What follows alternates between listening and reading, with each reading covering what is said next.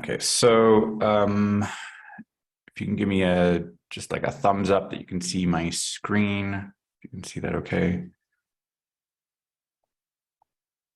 Yes. Great. Okay, thank you. Okay, so I'm going to be taking this first part is to discuss a little bit the types of questions. Let me just zoom in a little bit on this. There are 8 types of listening questions for you to expect based on the fact that you have 3 lectures to listen to. Each lecture, you will listen to that for a few minutes, about between about 4 or 5 minutes. Afterwards, then you will have 6 questions per lecture. The conversations are between a student and a professor, or between a student and somebody on campus, usually in some kind of administrative role. So could be at the library, could be the registrar, could be a student center, maybe housing. It could be anything. And most oftentimes the student has some problem that they're trying to resolve or some question, and they're getting information, and then you have to process that information, take notes on that. So not all of these 8 questions will be for all of those. Some of them might be split.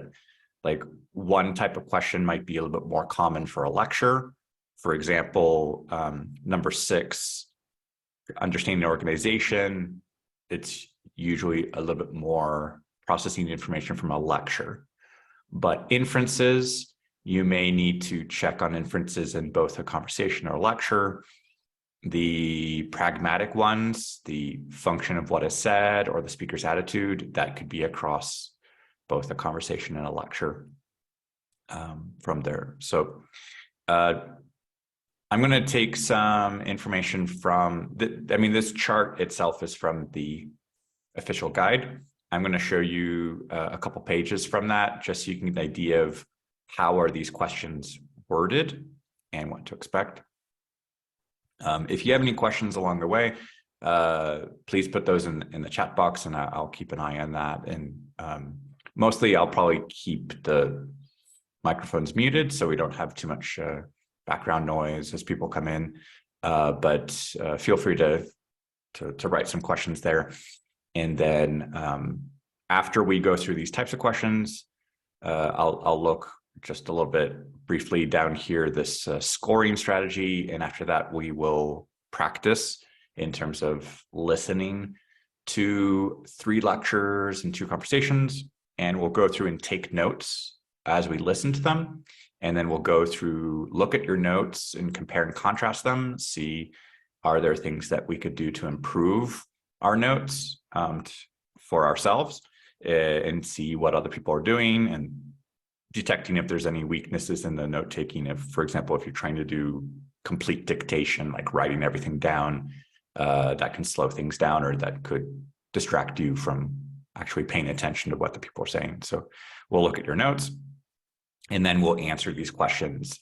And hopefully we'll be here for the next hour and a half, almost 2 hours, to get through these things. If you need to go early, that's fine. There will be a replay video. I will get that to YouTube, hopefully sooner rather than later. Already a question about the listening. Let me read this out loud. Okay, so I was practicing listening, and there are some types of questions that value 2 points. Oh, yes. Okay. Yeah. Click on 2 answers. So to get the full point for the listening, you need to get, if it requires two things for you to check on, or even possibly of 5 things, it might ask you to click on 3 of them. to get the full point, you need to get all of those details. That would be part of what's on the screen here, where it says detail question. So they can ask you to get like 2 out of 4 things or 3 out of 5. But for that full point value, you need all of those 2 or all of those 3. There aren't half points on this. Okay. Yeah, thank you for that question. That's a good one. Okay, so let me get part of here on the official guide. Okay, so I don't want to read all of the content that is in the book here, but basically just to give you an idea of how are these questions worded, what to expect from them. Okay, so these first 2 that say gist content, gist purpose, the word gist, this comes from French. You don't need to know that actually, but it's basically that it's an overall general idea. In terms of small details, specific details, that would be question 3, detail question. The gist is more or less what are they talking about, or just purpose, more or less why are they talking. So content, they may jump around, let's say in a conversation, but the overall main topic of that conversation or that lecture will be the content, the gist content. The purpose, usually in a conversation, for example, if the professor tells the student, like, thank you for coming in, for dropping off your term paper, and by the way, I'd like to talk to you, there's a job, there's a position open for a teaching assistant, and maybe the rest of the conversation is about that teaching or some job that there's on campus. But when the question says purpose, why did the student come to see the professor? It would say something like to drop off their term paper. Like, what got the student in the door was, I don't know, the professor requested that the student come and drop off a document, an assignment. But then the rest of the conversation, where it says content, might be more about this job opportunity for the student. So you need to be careful. This kind of a thing on the purpose, it might come up in the first 30 seconds. So while you're just getting settled with your notes and your pencil, and you might still be daydreaming on what just happened in the reading section, or you're getting stressed out about the speaking section, you need to start focusing as soon as the 2 people, or as soon as the professor, as soon as people start speaking, you need to be concentrating on what they're talking about, because there could be content. There could be listening content that you're being tested on as soon as they start speaking. So keep that in mind. There isn't like, oh, okay, I'm going to wait until the conversation gets interesting, like a movie. No, as soon as they start speaking, there's content, potential content there. Okay. So in terms of how are these kind of questions worded, you can get things like, for this content, what problem does the man have? That could be between a student and somebody on campus. If they're at the housing department or they're at the library, they're trying to do some research. So otherwise, what are the speakers mainly discussing? That could be a professor and a student. That could be the student and somebody else on campus. This could also be applied to the lecture questions. So what's the main topic of the lecture? If the professor gets sidetracked, like let's say the lecture also includes a discussion, so some students can participate and ask questions to the professor, they might raise a point and the teacher might have to clarify something. It might be getting off on a tangent. So it's not the main topic of the lecture, but the teacher does talk about that briefly. Be careful that that thing that's brief, that's a side topic, that's not the main topic. And they're hoping that you're going to get distracted between what's the main topic and what's a side topic. So keep that in mind. If you hear things repeated throughout a lecture, that's usually the main thing there. So you've got the words, what's the lecture mainly about, the main topic, mainly discussing what aspect of X, so that could be some concept the professor is explaining, and mainly discuss. So a lot of these questions have the word mainly in there. You want to get to the most important or most frequent, whatever gets most time for the discussion there. Okay, so that's about that content one. The purpose one, this gets into the why part. So as I mentioned, like, why does the student visit the professor? So what got the student in the door? That's the why. Okay, or why did the student visit the registrar's office? Or it could be, as I said, the professor wants to see the student. Why did the professor ask to see the student? Why does the professor explain X? That could be part of a lecture. So it isn't always just the conversation. It could also be in the lecture that maybe there's some confusion about a concept and the professor has to make sure that the students don't get confused by that concept or something. Or there's a question raised in the lecture. Okay.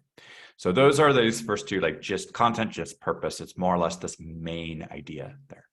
This also does take into account some things of American culture or American university life and culture. So be familiar as a listener, be familiar with the kinds of offices that exist on campus. And things that could affect a student's life. So that they need a place to live. So that's something that their dormitory, who's in charge of that? There's a housing department. If they, I don't know, why would they go to the library? Okay, they're trying to do some research. They're trying to look for documents and sources. So it isn't just knowing English and working on your listening skills. It also can imply a little bit about, can you read between the lines? Are you familiar with what kinds of services and offices and buildings exist on the campus and things that could affect students both on campus or even students who live off campus? So you need to commute, they have to drive, they have to park, they need a parking permit and things like that, or they need to get from. These are also things that can come up in the speaking section when you're listening to like the question number 2, the campus announcement. So things that you have over there could be worthwhile in terms of knowing a little bit about how are universities organized and what are students doing on campus. Okay. So those service encounters, what kind of problems can students have and what are they trying to resolve? Okay. And what kinds of things are professors asking of students? They've got research projects, they've got grading policy. So students might have questions about those things. Okay. And go in after, like, the professors usually have office hours. So they're not speaking after a lecture and waiting around for students to come up to them to ask questions, because maybe there's a tight schedule for the classes. So if a student has a question, after class, the professor will have office hours, and that's probably a better moment for the students and professors to talk without either one of them being rushed to go to the next class or something. Okay, so that's on the purpose. Why are they talking to each other? Okay. The detail question. So as you had asked previously there about the selecting something or getting to these points. So these can be small details. These can be similar in the reading section when we've got something that says, like, according to the professor, this could be a concept. What's one way that X can affect Y? Those are just replacing concept names. Or what is, and then this concept, what resulted from the invention of X. So that's something specific that the professor actually said. You're not being asked to infer There are inference questions, but this one would be a specific detail, like connecting the dots on what the teacher had specifically said there. And according to the professor, I don't know, what's the main problem with the theory? So these would be specific details in there. Okay. Also on here as something to be careful with, just because you heard a word and you see that in the answer choice, make sure that it is like they might rephrase it. That's something that you would see in the reading section as well. So it's not just because it's the exact word, the exact way it was said. There, I would be careful and check that the meaning is not changed or it's not a trap. Now, the way the listening answers are written, they're usually a bit more straightforward compared to the reading answers. The reading answers are a little bit longer. You have a little bit more time for you to look at the reading passage and double check the answers. For the listening section, you only get that one chance to write your notes down, and they're usually not playing around so much with long sentences to check like really detailed understanding of what was said. It's if you're getting the main ideas. And they're probably going to rephrase a few things. They're not going to give it to you like completely easy. They want to also check a little bit your vocabulary and can you rephrase, paraphrase something that was said in the lecture or the conversation. And if it is an exact word, just be cautious of that. It might be a trap. Okay, so that gets us the first three questions. These just content, just purpose, and detail. The one where it says pragmatic, this is getting into, can you listen to the way somebody is speaking? So it's not just the actual words they're saying. You might need to read between the lines. They have an example here in the official guide, which says something like, if you have a guest in your house and they say something like, it's cold in here. Now, if you take them very literally, that's just an observation to say, oh, it's cold. But if you read between the lines in terms of the function of why did they just say it's cold in here, maybe what they're trying to insinuate is, could you please close the window? I'm cold. So this kind of the function of what the person is saying can help with recognizing what do we notice in their voice or the meaning underneath those words or behind those words. So we get something of, is this a recommendation? Like, I wouldn't do that. So I wouldn't do that could be a recommendation of like, hey, you shouldn't do that. On the surface, it's just like, I'm talking about myself. I wouldn't do that, but it could be understood as a recommendation, or there could be a complaint, accepting an idea. Like, I see what you mean. Yeah, trying to interpret that as meaning like, oh, okay, I understand, I agree. So there could be ways that people accept or agree or question. There's also like rhetorical questions that it's not like expecting an answer from the students. I remember that on one exam where it's like, who knows what's in there, which meant you need to wash your hands, you need to sterilize something. Who knows what's in there? It wasn't an invitation for the class to say, oh, I know what's in there. It was a rhetorical question to like imply that it could be dirty or there could be disease or a bacteria or something. So listening to beyond what the words are, that's a function question. And then there is understanding the stance or the position or the opinion that a person has. So you could hear something in their intonation of their voice. And these will be, it's not just the what they said, but it's the how they said that. And that will get into this function and also into their attitude. Are they certain? Are they hesitant? Okay, so examples of how that would be on the screen can be things like, what does the professor imply?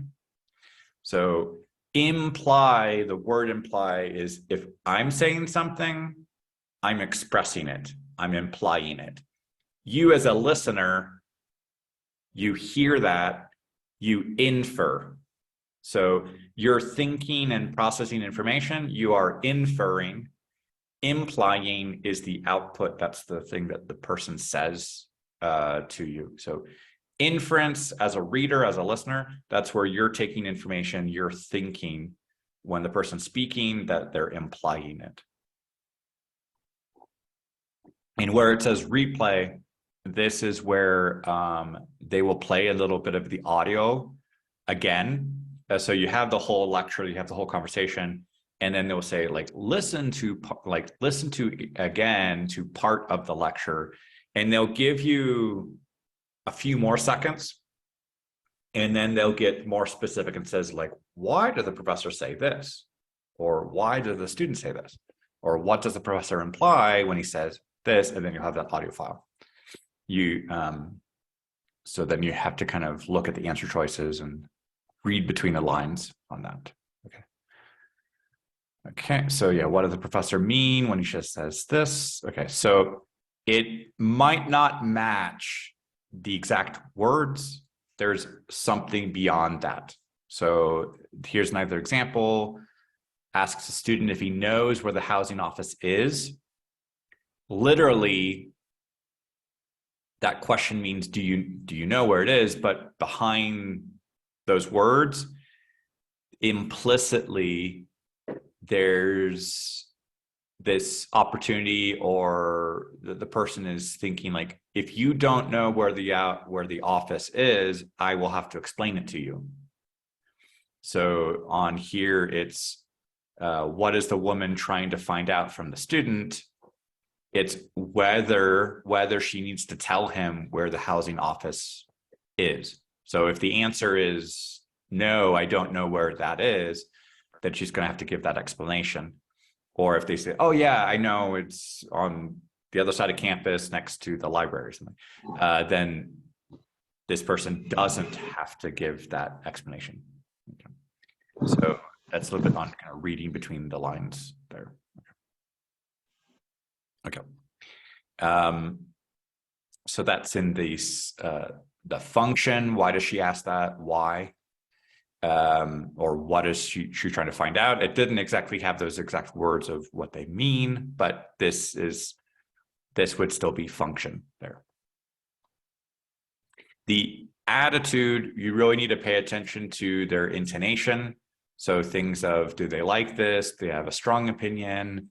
Is this a fact? Is this not a fact? Is this something being disputed? Is there irony? Irony can also be close to sarcasm if you're like, oh, that's great, where it's not great. So you need to be careful on listening to somebody's attitude in there. So like, oh, that's great. That's not great. That they're actually making a complaint, or they are being sarcastic, possibly there. So this could get a listener sympathy. This could show disapproval. Those ones can be a little bit harder, especially when students are usually not paying attention to those small details. And it's also some things that I struggle to get students to express in the speaking section, to be very expressive with the words you're saying, and trying to have like, I don't know, a smiling tone, a bright tone to like modulate your pitch and things, because those things are important. It's not just the words that we hear, there's also some extra information that we get from the tone of a voice. And like this example, that's great. So it doesn't have that rising tone, like, that's great. That's great. So if somebody is sincere when they say that's great, they have a more of a brighter tone, like a smiling sound. And when they're sarcastic or ironic, it usually falls flat. It's like monotone. It doesn't have that rise. So that's great. That's great. That's great. So it has this falling pitch, and that falling pitch or monotone can change the meaning of that expression. And that's something to be aware of for these attitude questions of, did we hear a pitch go up? Did it sound like they're smiling? Did it fall? Does it sound like they're disapproving or they're not happy with something? So those things can also be part of the listening section. And it can also be helpful to practice those kinds of things for the speaking section as well. You're not actually being graded on that stuff of like your tone, but it does come across as being more natural sounding according to as a native speaker. So if you can create it when you're speaking, you're probably going to be able to pay attention to it when other people are doing it when you're listening. So these things can be what can be inferred, could be the professor's attitude, their opinion, what can be inferred about the student. And here you have another audio file here. What does the woman mean? So there could be another audio file. So it really is their tone of voice. Apologetic, are they saying sorry about something? Do they sound confused and hesitant? Do they sound enthusiastic? So when I said like, oh, that's great, or oh, that's great. So just changing my tone can affect if I'm sincere or happy or enthusiastic or something. Okay. So that gets us 5 of these 8 questions. Okay, let's move on. Now this gets into a little more lecture related information, like understanding how this information is organized. So like, how does the professor organize the information? So is this like in the order the events occurred? So that'd be chronologically, or how does the professor clarify the points? So that could be a comparison. So that gets a little bit what we might see in the reading section as well of like rhetorical purpose, how is information presented and how are the ideas connected to each other? So you might need to analyze how this, as you're taking your notes and seeing how the professor is, how that information is being presented to you. Okay, so you could notice if there's a change in topic, if there's like a main idea and then a question gets raised and then kind of a side explanation. So you could have main topics, subtopics. You can have an introduction, you can have a conclusion. Maybe the professor gives an example, an anecdote. A digression is where it's not related specifically to that topic, but it might be like a story. There might be even a joke. So teachers are trying to relate to their students in different ways and make this information easily understandable. So there's different teaching techniques, and those things can show up in how these lectures are organized. It's a very kind of brief, within 4 or 5 minutes, like it's just a very brief example of how like a whole hour-long lecture could be organized or something. But it's just expecting that these parts of a teaching style could be represented in a lecture. Okay. So here's an example where it says, there's this committee I'm on, the name of the thing, and it's probably, well, you don't have to take notes on this. The name of the thing is, so what we can tell from this, and this is actually scripted. This is not actually the person who's reading it, who's hesitating. All of this is scripted. So it sounds like it's improvised, but it's not improvised. It's part of that. So we can see in here, this is exaggerating that the professor is is forgetting the name of something. So we've got these hesitations, the name of the thing that's not specific. And then there's this comment of, oh, you don't have to take notes on this. That almost sounds a bit apologetic, where there's the word and in the name of the thing, there's a repetition. So this, in a way, they're kind of wasting time, but it's scripted. So it's there. It's an intentional part of the lecture. If you were not paying attention, you would probably skip this and not get that in your notes. But for me, I might notice that and say, oh, what's going on here? It's not the voice actor who's hesitating. It's this character, the professor in that audio file, who what they're trying to test me on here is like, oh, I hear a hesitation, or I hear the professor is forgetting something. So this, why does the professor tell the students that they do not have to take notes? It's because this information is part of a this is part of a personal story. There's this community I'm on, and so this is like a side topic. This is not the main topic of the lecture, and this is not in their books. It's not that it's not accurate. It's part of a personal story. So this is something that's like not the main part of that lecture. Okay. So if you were not paying attention to this kind of a thing, you might just dismiss it and just ignore it, but it could actually be part of what you're tested on. So that's the tricky thing is sometimes you're like, oh, I'm listening, like what exactly am I taking notes on? Or what exactly do I need to keep in my short-term memory if I don't really like taking really detailed notes? So just be aware that, I know this gets kind of meta in terms of it's like the behind the scenes of the behind the scenes kind of a stuff. So like if you ever seen a movie which is about making movies, and it's like, and you have a director, like that gets really complicated when you try to explain it. So if you're understanding how this is developed, like they're testing you on, can you recognize if something is not the main idea of a lecture, or it's this arbitrary like little anecdote that the professor's giving, so you can notice that this is not the main topic. It's a side comment, it's a story, it's a tangent, but just recognize that when you hear it. You don't have to get all these notes when he's saying like, oh, you don't have to take notes on that. Like what's going on here? Oh, it's a side story. And that might be part of a question.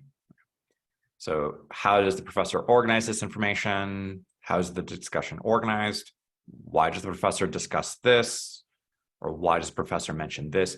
So similar in the reading section, we get these rhetorical purpose questions. Rhetoric is the organization of information and making these connections between ideas so that you can follow along. These are usually more the lectures than the conversations.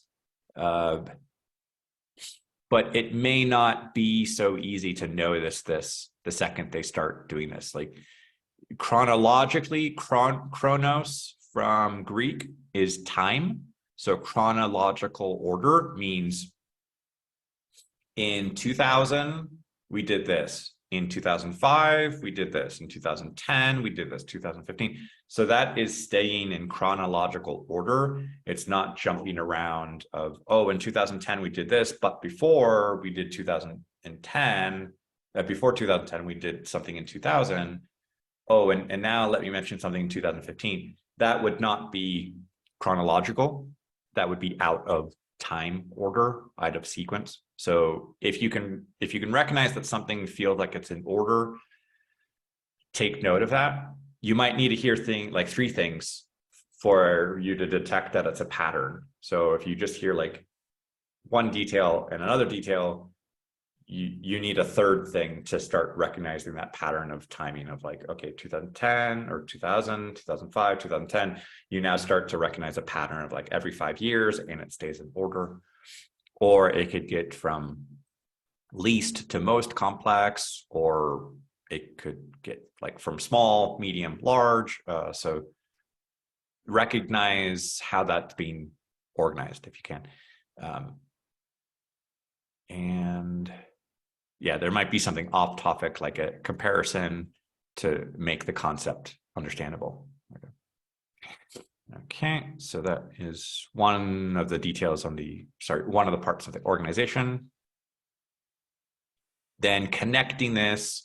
So this might have information that was kind of out of order, and you need to kind of infer this, like a Sherlock Holmes kind of connecting the dots on this. So here, for example, you might get a chart and you need to just put these check boxes. This one's a little bit more complex because we've got like 3 columns and you're trying to get your details in there. Okay, so that would be there. Okay, and here, sorry. So the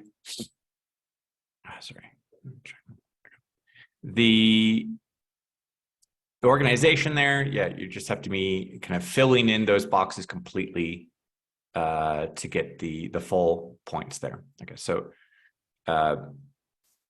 connecting this information, we have some examples like what is the likely outcome of this concept before this. We can get what's inferred about that. We can get even the imply. So inference and imply can be in more than one question. It could the implication or inference that can be part of connecting information. Imply can also be about attitude. It can also be part of this not so much the organization, but in this case, yeah, you can get imply in at least 2 types of questions. Their attitude, also, sorry, the function as well, of like, why are they saying that? Okay. Okay. So the table question in terms of a strategy, this one, it feels like this is going to be a difficult lecture to listen to, and you're going to have to be paying attention to small details. The tricky thing on this kind of a situation is you want to write down everything that you hear, but you're going to have to be brief. I mean, on your notes, you want to make sure that you're not like writing everything down. For example, like earthworm, I might get like the letters E and W, H, human, C, anemone. If you don't know how to spell anemone and it doesn't sound phonetic and sounds weird, try to get as close as you can. Nobody's looking at your notes. I mean, unless, for example, here that we're going to take pictures of our notes to share them, but you're not being judged on your notes and your spelling. So try to get something as close as you can, and then try to catch some of the names of the concepts like this one, asymmetry, radial symmetry. I would shorten the word symmetry to just like sim, like asim, radial sim, bilateral sim. That's an example, but if you start to recognize that there's some technical details in the lecture, try to briefly get the names of the concepts, but don't try to get everything down perfectly written, spelled accurately. If you get wrong vowels, that's okay. If you skip the vowels, like just focus on the consonants. That could be one way to approach this as well. We'll see this when we get a little bit more into the notes and when we go through a lecture. But right now, this is a bit too more theory. But I would just say, don't let your notes distract you from paying attention to what's going on. Because I do get two different types of students who like, I want to take notes because they do help me. And then some say, I don't like taking notes because then I stopped listening to the conversation of the lecture. I get distracted. So in that case, some people prefer to just listen and and keep as much in their short-term memory as they can.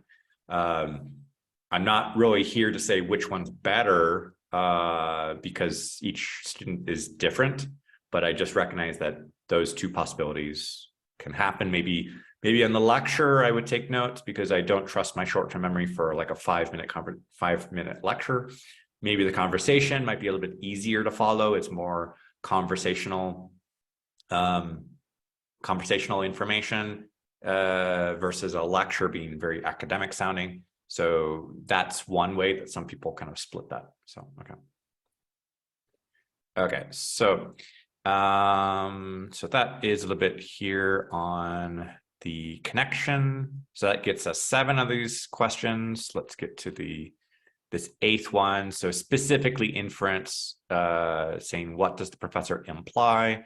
So as I mentioned, the word imply, so far we saw that in attitude, connections, maybe a little bit on function, and even specifically calling it an inference question. So connecting what you're hearing, and that is half of these questions in a way of being able to check what people are implying. As I said, imply is expressing something.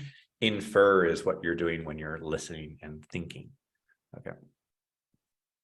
Okay, so now there's more details that are in here in this official guide, but I wanted to make sure that I was taking information the way ETS presents it to students here. So are there questions so far based on this? I hope this has been helpful so far so we can be on the same page of what to expect, what to listen for. Okay, so now this next part, what we're going to do is we're going to go through and listen to the, we'll start with I'll say probably like a lecture. And if you can already have some materials ready, like your pencil and the paper. Okay. And so can I summarize all of the types? Okay, so going back over here. Okay, so the gist content, that is what are they talking about? Gist purpose, why are they talking? So why does the student come to see the professor? Why does the professor explain something? Detail, this is getting something more specific. There probably isn't just one detail, there's probably like 2 or maybe 3, and they're probably going to give you a small little checkbox to say, like, what does the professor say about this? And you have to get 2 of those. Okay. Understanding the function of what is said.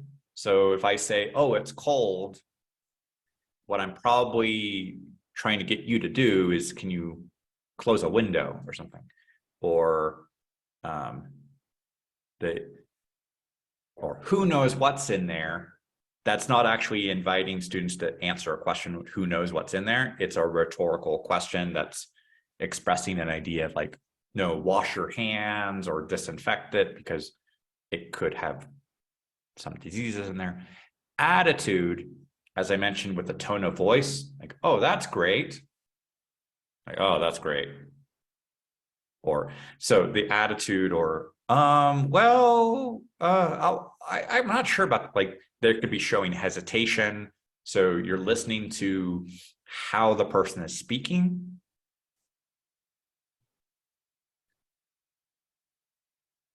And the understanding the organization. This is this chronological? Is it simple, complex? Does it jump around? The content, this could be on those connections, that could be a little bit of an inference. It also specifically inference questions there. Okay. And then this question, if I could summarize all of them, I basically just spent the last hour or 45 minutes explaining each of those. So if you joined late, I'll make sure that you get a chance to get the link for a replay for after this. But I want to move forward now so we can start practicing on here. as I mentioned, I just want to look at these numbers so you get an idea of how many questions do you need to get right based on your target score. So some of you said you want to get like at least 20 or at least 25. So your reading and listening scores, which is when you take the actual test, you get your reading and listening score immediately because that's either right or wrong.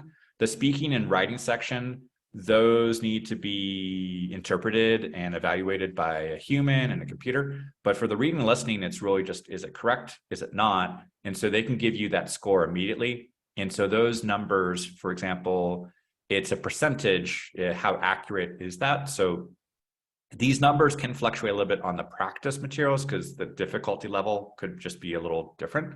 But overall, because you've got 28 listening questions, each lecture has 6 questions. So that's 18 questions from the lectures. And every conversation has 5 questions. And we've got 2 conversations. So you get 10 questions from conversation, 18 questions from the lectures.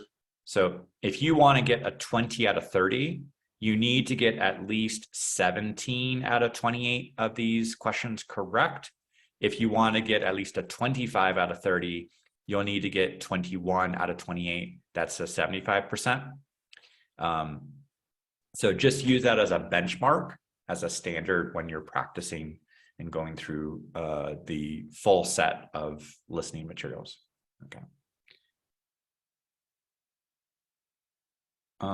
Here's a question. Should I solve all questions in the passage, then refer to the inference question? What do you mean by passage? Is that sounds like you're talking about a reading section.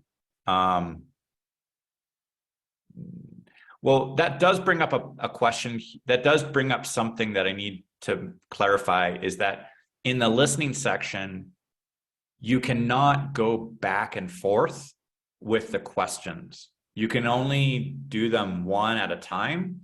And then there's at the top of the screen, I mean, not my screen, but on the computer, you will see like, okay, and then next.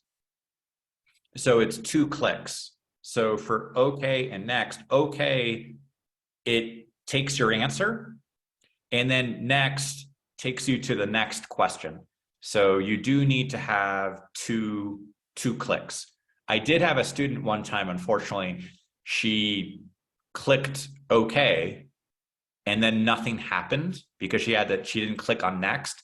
And then she was complaining to somebody in the test center saying, hey, I think something's broken.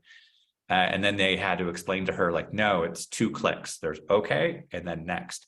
So she unfortunately wasted some time waiting for the computer to move to the next question, but it was her. She had to click on the next button, but she didn't.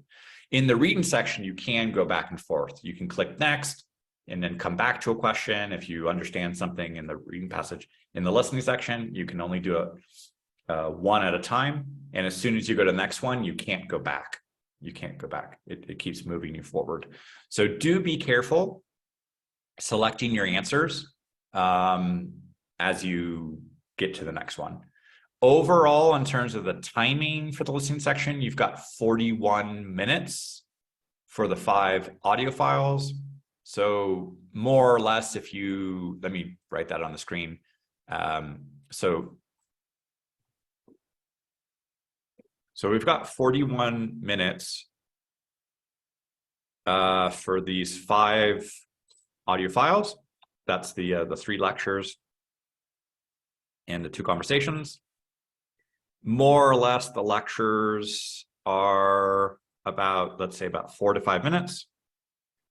The conversations could probably be about 3 to 4. I'll just say on there, on average.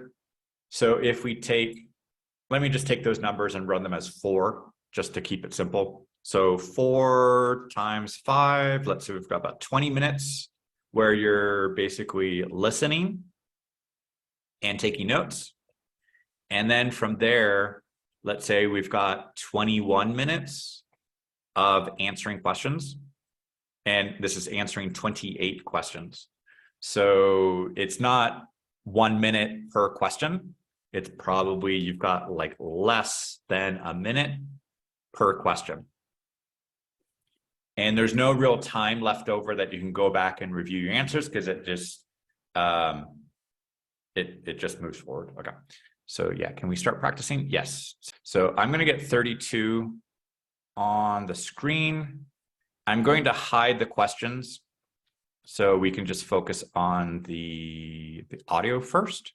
So I'm going to mute myself, and if you can all mute yourselves, make sure that's there. And we will take notes on here. Then I can share those pictures of the notes on that Google document, and we can kind of take a look at what was effective, what was not. Okay, so this is a shorter conversation there. Okay. Listen to a conversation between a student and a bookstore employee. Hi, can I help you? Yeah, I need to sell back a textbook. Are you the person I speak to about that? I am, but we can't buy textbooks back just yet because the bookstore's buyback period isn't until next Thursday. I thought it started this week. It's only in the last week of the semester after classes are over. Oh, well, can you tell me if this book will be on the buyback list? I can look, but we're still putting the list together. Professors have to tell us what books they'll definitely need again next semester, and the deadline for them to let us know isn't for a couple of days. So the list I have here is not really complete. What class was the book for? Intro to Economics with Professor Murphy. Professor Murphy. Okay, I checked earlier and I know she hasn't gotten back to us on that class yet, so we don't know if she'll use the same book next time. Usually, if an updated edition of a textbook is available, professors will go for that one. So if this book doesn't end up on the buyback list, what can I do? I spent over $100 for it and I want to get something back.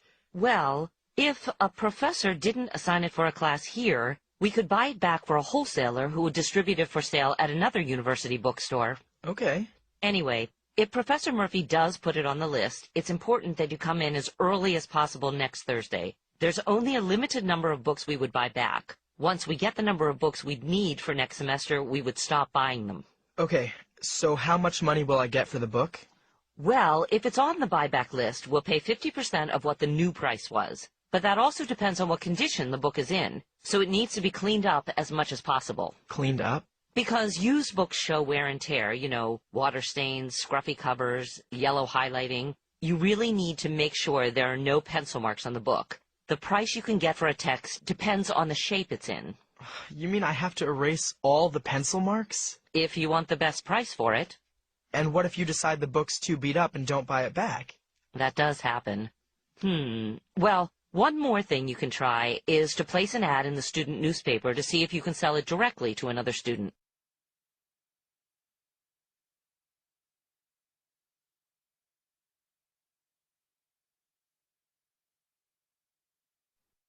Okay, how do you feel that you did with that? Is that very fast? No, it was good. Okay. So I see some comments in here. Okay, so we've got, what is the conversation mainly about? So you can see the question on the screen, hopefully, yes?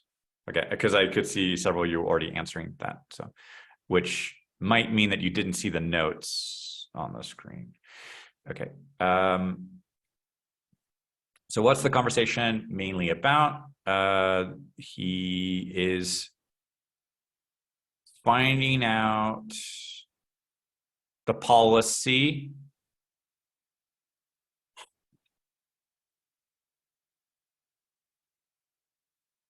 Yeah, he's not asking which books are on the buyback. He wants to know the policy. She gives him a lot of like, yes, but. So, okay. Yeah, I would go with the C. Yeah, this gets us the answer C there. I'd like to hide this. I'm just a little nervous if I hide that because then sometimes the site stops working correctly if I hide it. I'll just hide it this way. Okay. Let me check on here. Yeah, where can we see Huggins notes? Yeah, I have them here, but unfortunately this tech stuff is not helping me as much on uploading the video. Facebook on my other computer is not wanting to help me, and you can send it to my email. I'm gonna have to modify this in the kind of the post production part of editing this. I'll make sure keep sending me your notes, and I will go through them and comment on them. This just didn't work as easily as I thought it would on the two computers, two screens, and for some reason I don't know, the firewall or something is just not cooperating there. I have received your emails. I have received your photos and things, and we'll go through here. I know a couple of you want to get to the questions because your short-term memory might be going there. So I'll keep them in mind as a going forward on the tech stuff. Okay. And okay, so yeah, what is the policy? Not so much of what the, yeah, WhatsApp is another option. Yeah, I'll keep that in mind for another one of these sessions. Perhaps WhatsApp might be another tech option instead of Facebook or the email. But okay, thank you for your patience for today. This kind of trial and error on seeing on the tech. Okay, so the yeah, they're asking more about the policy, and as we could listen, there's a lot of these if this, if that. In theory, usually, those are a couple things that were on there. It wasn't yet the specific books there. Okay. Now the next question. Okay, according to the woman, when are textbooks added to the buyback list? Now I got something in my notes which was like, you're gonna have to wait until the professors send this information, and it was something she said really fast. It was like a week after the semester ends. So it's not the registration. After professors receive student evaluations. No, there is nothing about students evaluating the books. The store will check the condition of the textbooks, but this piece of information is at the beginning of the conversation. So also notice in terms of your notes and the questions, just like in the reading section with the reading passages, questions like question 1 was usually about paragraph 1. I don't know, question 3 could be, so the questions go in order. They're not going to be like taking information that you got at the end of the listening and then asking you about that on question 2.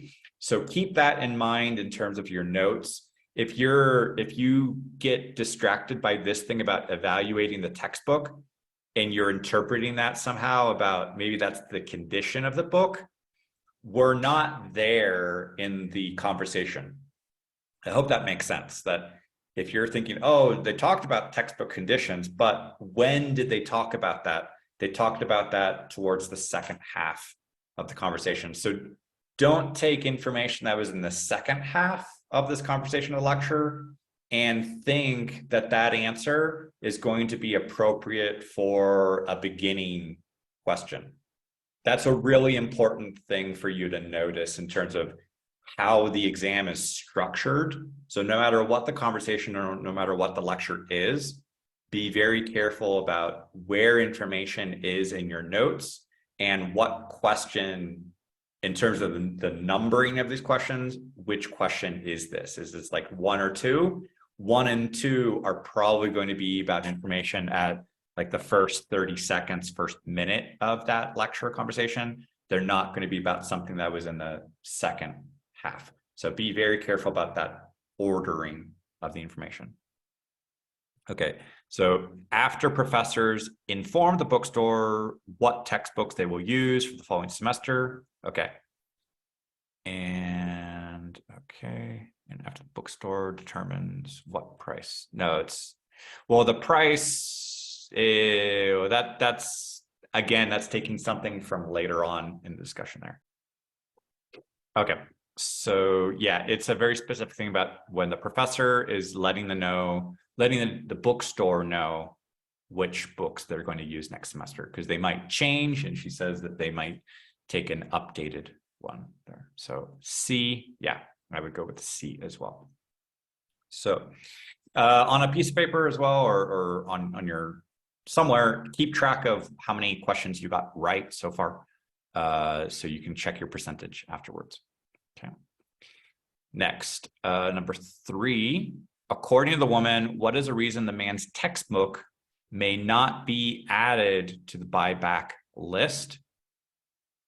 So this, well, it's the man's textbook, but just looking at the question itself, I'm not sure if this is anticipating the fact that it's the professor changing and wanting an updated version, or if it is is it the professor who's going to change this because they want an updated one, or they're going to change it, or if it's specifically the man's textbook, meaning that there's pencil markings, that this is question 3. So it could kind of go both ways. I need to kind of look at these answers now, but just looking at the question there. So it's not that Professor Murphy may not be teaching economics next semester. No. Okay, a newer edition of the textbook may be available. So yeah, I think that is based on what the professor's reasoning of what book the professor chooses. Now, the ordering too many copies, that's confusing some details there when they're talking about the buyback policy, because they say she later tells the man, come back next week, be early, because they only accept so many copies. So there are copies of the book, but that's a different meaning there. It's not that the bookstore is ordering them, it's that the bookstore is perhaps buying these books. Okay. And the price of the textbook may have changed significantly since last semester. It's not the pricing. It's not the pricing. So it's this newer edition, because the newer edition, now that's an example where we said before where you might not get the exact wording. In this case, she used the word updated edition. Yeah, usually it's updated, and then the professors would prefer that on there. Okay, so not B, I'm going to go with D. Yeah, D. Okay. Now I'm not looking at those answers ahead of showing this to you. I wanted to take a set of questions that I haven't done as well. So I'm going through and showing you my logic as well of checking the question. What does the question make me think before I look at the answers? And then based on that, kind of like there's possibly 2 ways I can interpret this, but thinking of where are we in the conversation, I think we're still in the first half. So this is still about the professor in the buyback list. We're not yet at the conditions of the book. So then that makes sure I don't take information from my notes about the condition and try to focus on what are the professor, or what's the woman at the bookstore talking about the professor about the updated books and preferring a new edition. So I would go with that part of the new edition. Okay. Okay. Let's get to the next one. Okay. So what does the woman suggest the man should do to have the best chance of selling his book to the bookstore? Now, this one I think is about the conditioning, the shape, the condition of the book. This is about like erasing pencil markings and those things. Okay. So it's not asking this professor about the book.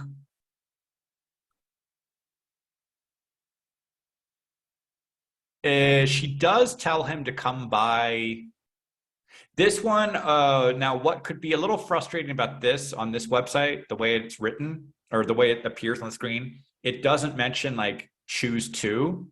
So I do have some students who have used this website, this one, CoolLearn, and they usually get a little frustrated when they check the answers and they see that there were 2, but the question on the screen didn't say pick 2. And because a lot of you are already picking B and C, that those are two things that make sense.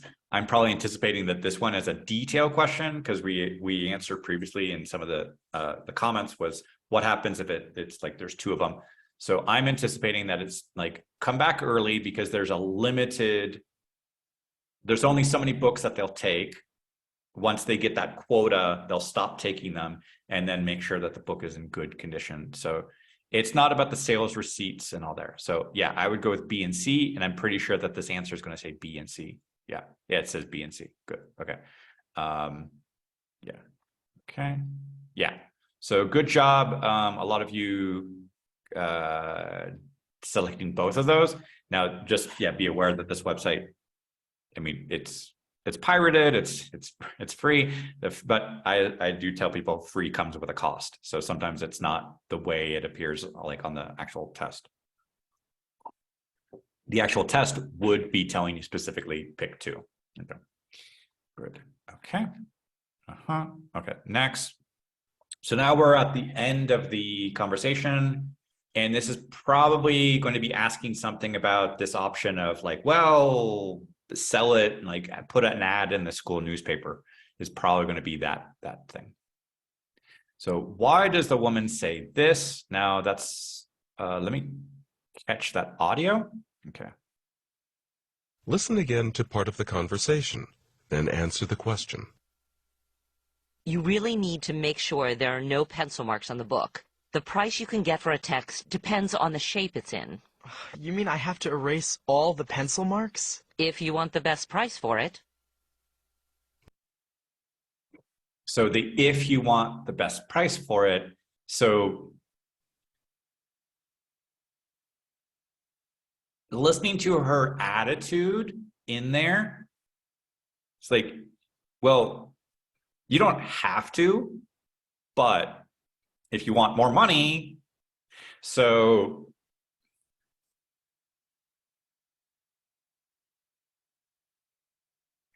yeah, confirm that this is important. These can be a little trickier because you have to kind of get into the mindset of this character. It almost sounds a bit passive aggressive in my opinion, like if you want the best price. So that's a tricky thing where, well, one, there's American culture where we can kind of say these little things there that could be slightly passive aggressive or sarcastic or kind of, she didn't specifically say do it, but she's like, well, if you want the best price, you kind of have to connect the dots on that sentence to say, if you want the best price, take my advice, follow this do this thing that I said that will affect that. So this kind of a thing can affect your scores for the listening section. Like you could lose a point on this kind of thing. But so I can see your answers like A, C, A. She doesn't set the price. No, she's not responsible. She's not the person who specifically does that. It's like the bookstore policy, but she doesn't know the condition of the man's book, so not D. Here, she did talk about like, well, if that doesn't work, put an ad in the school newspaper, but that's not this thing. That part here is not about that selling it directly to a student. So they do talk about that, but this is not being tested there. So by eliminating all these other things, I would say this not B, not C, not D. I'm going to go with like she. And why does she respond to him like sounding exasperated? Like, you mean I have to do this? Like he sounds annoyed. He sounds frustrated. And she's responding to that like, yeah, it's not a real conversation that took place. If this was a real conversation, it probably would like, there'd be a couple other things going on, but because it's on an exam, it's very specific. So her response back, she's confirming that, yes, this is important. Yeah. Yeah, he needs to clean that up if he wants to get those details. Okay. Now, all of that stuff that I was just showing you in like what's going on in my head as I'm interpreting that and kind of thinking through that, that's what I'm probably doing, but very quickly on the test of trying to kind of eliminate some of these wrong choices and catch, is that what they're talking about in this part of the conversation? Also in that audio file that I just heard, I'm really just taking that piece of information where it says like, if you want the best price, yes.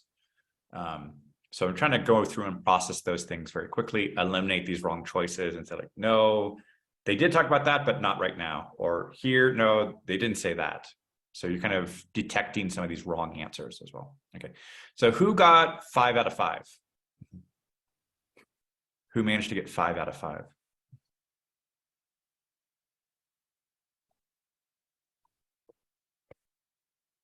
Okay, we got some 4 out of 5s, some 4 out of 5s. Okay, good job on getting 5. Okay, yeah. On the 4 out of 5, which questions were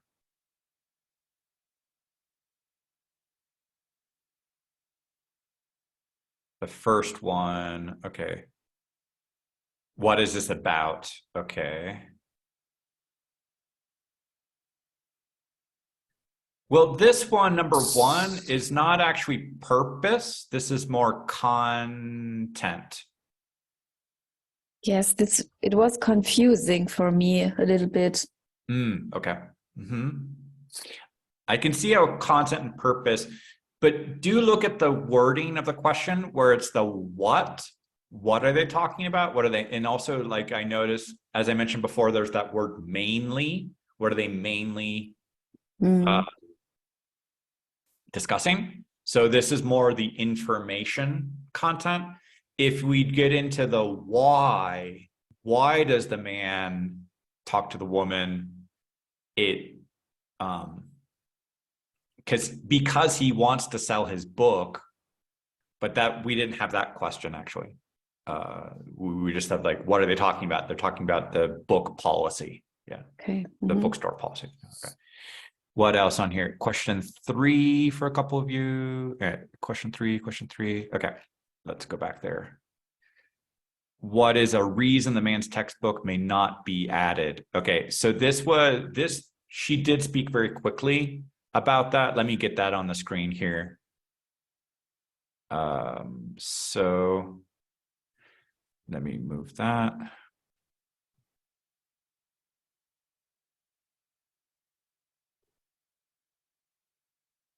Wait, let me move that a little bit here. Okay, so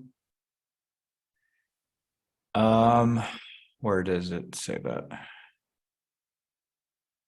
Okay, can you tell me if this book will be, wait, where is it? It says something about the new edition or the updated. Isn't there, wait, no.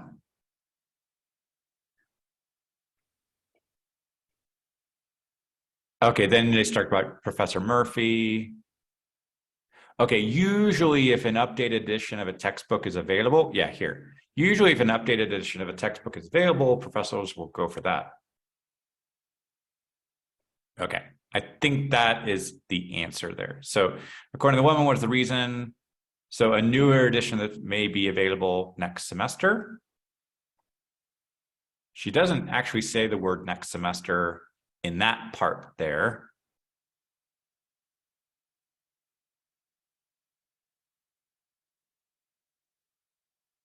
Yeah. Now the tricky thing is it's according to the woman. So that makes it sound like it sounds like it's a detail, but it's being reworded slightly. So it's not an inference question. This is taking the woman's words, but using a synonym. Okay, so there's newer edition and there's updated edition. of the textbook or a textbook. There's available, so may be available. And then it's just adding this detail about the next semester. So where does she mention the next semester? Next time. Okay, we don't know if she'll use the same book next time. So next time is referring to the next semester. Okay. So that one, you need to make that little connection between new edition, updated edition. That one's similar, but next time is referring to next semester. Okay. So within these two sentences, we have our answer. You obviously cannot see the transcription while you're listening and taking notes and answer questions, but just realize that in a very short part of the conversation, you had this information in a very compact place in there. If this was a reading question and it was saying like, according to, the answer would probably be in a like within one or two sentences. So it's a very narrow focus on there. Okay. I hope that helps with recognizing where were we in the conversation if you're trying to keep some of the stuff in your short-term memory and also physically on your notes and realizing that it was like in this part of my notes, that's your answer. It's not like picking and pulling pieces from everywhere. It's right here in my notes. Okay. Okay. And let's see here. Okay. And if the student comes for a different reason and the entire conversation is about something else, what should we answer the question for what is the conversation about? Oh, okay. That's a bit more in theory, hypothetically. So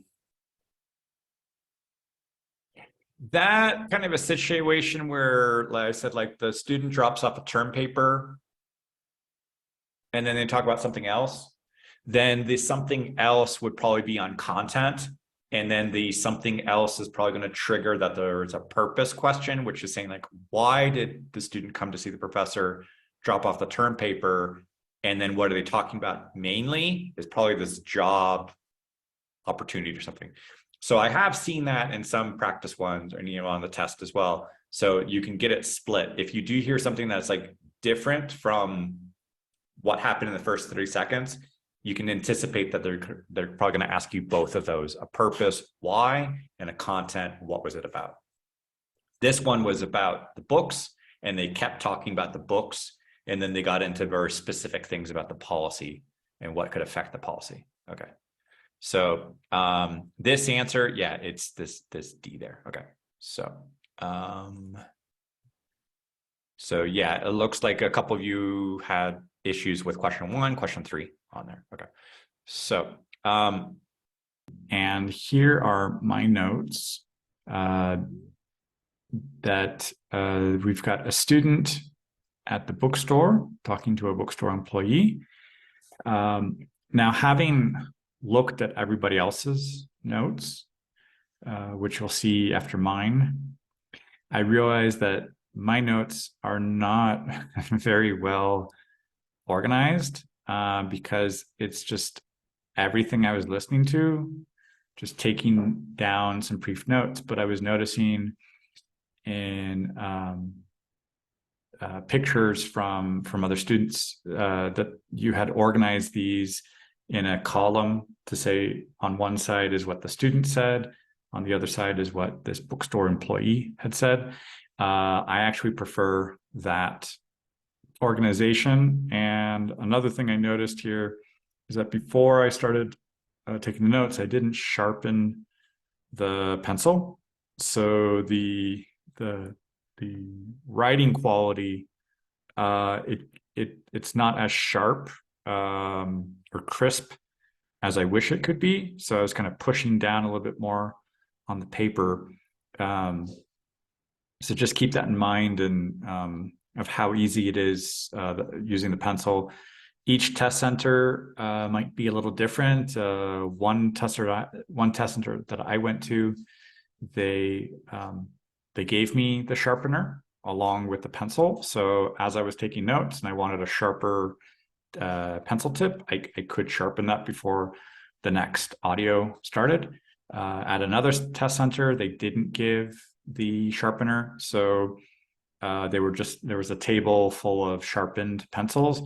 I don't think that was the most practical solution, because if you break the pencil or you need to sharpen it, you're going to have to like pull off your headset and try to go over and get a pencil pretty very quickly. Whereas if you had the sharpener on your desk, you could keep listening and following along, even if you're slightly distracted with sharpening. But so that's just a small thing there. But I think for the organization, it would be better to have this kind of split screen with or split notes of, on one side the student talking, on the other side either the professor, if it's a office hours conversation, or in this case some kind of a service related conversation, in this one the bookstore. So so there's the notes on the student wants to sell a textbook, and the bookstore employee telling them they can't buy it, or at least not until next Thursday, next week. And they're still kind of organizing this list. They have to wait for the professor. The list is not complete. The student says that they were in an intro to economics class with Professor Murphy. The list is not yet ready. The employee doesn't know. And this book list is usually kind of uploaded after the semester ends and after the professors select the textbooks. It depends if the professor is going to use the same book or not. There's a possibility of selling this book to a wholesale distributor to other universities. And she tells the employee, the student, to come back as early as possible because there's a limited buyback. There's only a certain number of books that they take. The student wants to know how much money they can get. There's a lot of these conditions. If it's in good quality, I think it'd be like 50% of the new price. Depends on its condition, the shape it's in. The student needs to clean it up, get rid of like stains, water stains, get rid of highlighting. I don't think you can get rid of highlighting, but no pencil markings. If it's also kind of bent up, the student seems a bit annoyed that he has to clean up the book, but she says, well, if he wants the highest price, that's what he'll have to do. And if there's a possibility that the bookstore won't buy the book back, if that happens, then he could place an ad in the newspaper and sell the book directly to another student. So that's information that I was able to get from taking the notes. Some of the words were kind of brief, enough to keep my memory fresh. Some of the other things I still have in my short-term memory. So there's a balance. I don't want to do dictation where I write absolutely everything down, but just enough to remind me so I don't forget a couple of details. I take advantage of some kind of abbreviated forms or not complete sentences. So something like can't buy, I have to guess who that subject is. That's the bookstore that can't buy it. The days of the week, like TH, just for the Thursday instead of the whole written out spelling. Intro economics, so abbreviating the names of the classes. Prof for professor, shortening some of the things like not yet, don't know. Some students had written down like as early as possible, like AEAP. I saw that on one set of notes, but these notes that I took, they're not the best example. I did see better examples from some other students. So let's take a look at what else students had shared here. Okay, so this is one student who, like I said, had split split the paper onto two sides. So there's a student, there's a textbook, says Econo for economics, Prof. Murphy, something about it being cleaned up, having to erase it. So there's some lines of what the person, the employee, had talked about this next Thursday, using an X to say that they don't know. Updated, I'm not sure what this VV, if that's a W or a V, what that's referring to. Come early, there's limited book buying, 50% of the new price, no marks. So using an X, that's one way to kind of replace the word no. That could be a little faster than writing that no. There are some of these little dashes to kind of follow along the order of how this conversation went. These notes feel a little brief. I'm not sure if this person is going to remember some more of these details about kind of, I don't see something here about the wholesale. I know that it says the limited buyback, but there's a little bit on the price, the cost, waiting for this list to be updated. This just feels, a little bit briefer, but I do like the fact that it's split. Okay, here's another student who has this split. These details also feel a bit more limited. So the student wants to sell back the textbook, which the intro to economics, Murphy, the original cost, I think, was like $100. And the bookstore employee is saying that they can't do this, come back next Thursday.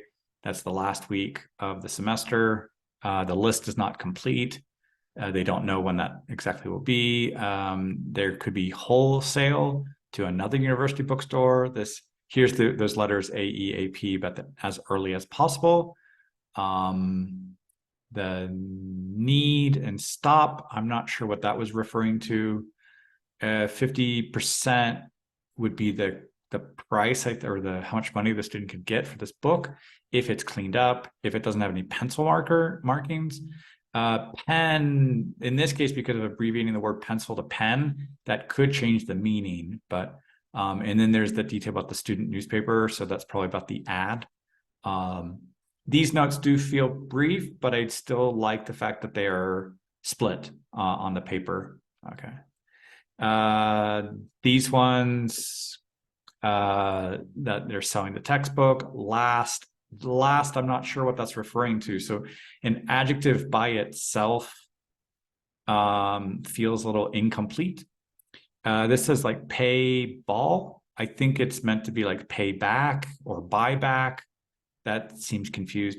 There's a deadline for what? So a couple of these words, like an adjective by itself or a noun by itself, it feels incomplete. So I think what can help your memory a little bit better is if you have both like an adjective and a noun, or like a verb and an adverb, to get this little idea enough for your memory. It says like not back yet. She, I don't know who that she is, if that's the professor or if that's the bookstore employee. There's a limited number, so that is referring to this buyback plan. I don't see anything about the wholesale. 50 what? So that could be 50%, $50. That could use another little detail. It looks like it might be the number sign, but it looks like it's crossed out, so that could be a little confusing. And then what condition used, not marked, the shape, erase, best price, add note to sell direct, or note, probably an ad in the newspaper. So these notes just feel a little too brief, very limited. And I would be curious to know if the student who's looking at their notes, if they could go through and remember enough about this conversation, even though we're not testing our memory like weeks later, it's within like the next 3 minutes after listening to that conversation that you're immediately going to use these notes for questions. But if you can kind of follow along with your notes enough to explain what you understood, that's a bit better. Okay. Next, here's another one. Bookstore employee, sell back book. There's another cross here for no for next Thursday. It's on list, or this list is not complete. This is economic professor, so just letter PF. Murphy. N, I'm not sure what that N is referring to. If update, professor use. So I think that's the part about if the professor is going to use the same book next time or next semester. $100 for the, well, the letters there looks like bode instead of book. That's just me interpreting somebody's writing, but, and this is early next Thursday to return, 50% of the new price, cleaned up, cross here, no pencil marks, cross, no yellow H, I think that's the highlighting, and that would be the best price. These notes help a little bit more compared to some of the other ones previously, having like an adjective and a noun, or this helps me, a couple of those details, it helps a little bit more. And then sell directly, so that's like that verb adverb, and then to another student, and there's an arrow. This helps a little bit more, so I think that arrows, instead of just isolated words, still you can see some good things from each person. This one doesn't have the split between who said what in terms of the student or the employee. I think what I had seen on the other one would have helped having that split. Okay, next on here. So there's the textbook, sell book, next Thursday, after, buy back. I don't know what those two letters are referring to. And then the deadline, COMP. I'm familiar with these kinds of cursive where I'm also hesitating a little bit of the COUP or COMP. But I think the next word I see, not complete. So I know it's an M, not a W. And then economics, Professor Murphy. A lot of skipping lines. This looks like it's going to fill up the page. It looks like it's filling up the page, but because there's a lot of skipping and we don't know really who says what. So that's like what I said about my notes, where we don't know if this is the student talking, or we don't know if this is the bookstore employee talking. So there's probably a better way to organize this slightly. And then Thursday next week, 50% new price, water stains. I think that's pencil, but there's a word there that I can't really read. And then pencil, and then place, ad, I think newspaper, the shape. These notes, it looks like it's taking up all the space and it's missing some information. And I think it could be organized with the student and the bookstore employee. Okay. Similarly, not really splitting this. So sell the textbook, something can't, last week, semester, book, something I can't read that, and then something I can't, deadline, intro to economics, professor, looks like Mars instead of Murphy. Another word, I can't read that, then something update, then if prof, we can buy back, early, limited, stop by. This is a little tricky of the buy, stop by, meaning like as a phrasal verb, versus buy the book, B-U-Y. Okay, and then depend on shape, 50% new price, condition, cleaned up, use, worn something. I'm not sure if that's that water stain or water, and highlighter, I think, and no pencil, and sell it directly to another student. These notes feel limited, and also the handwriting.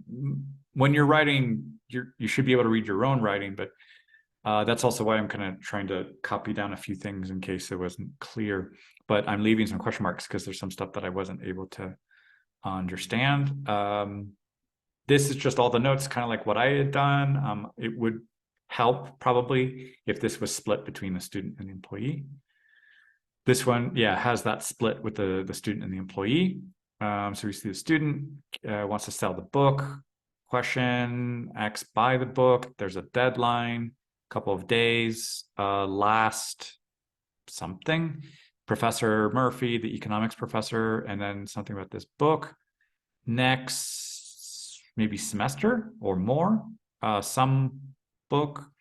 If a prof put in the list, come early Thursday, first time, 50% of new price, depend, clean out, and so clean up. Yellow highlighter, price depends on something.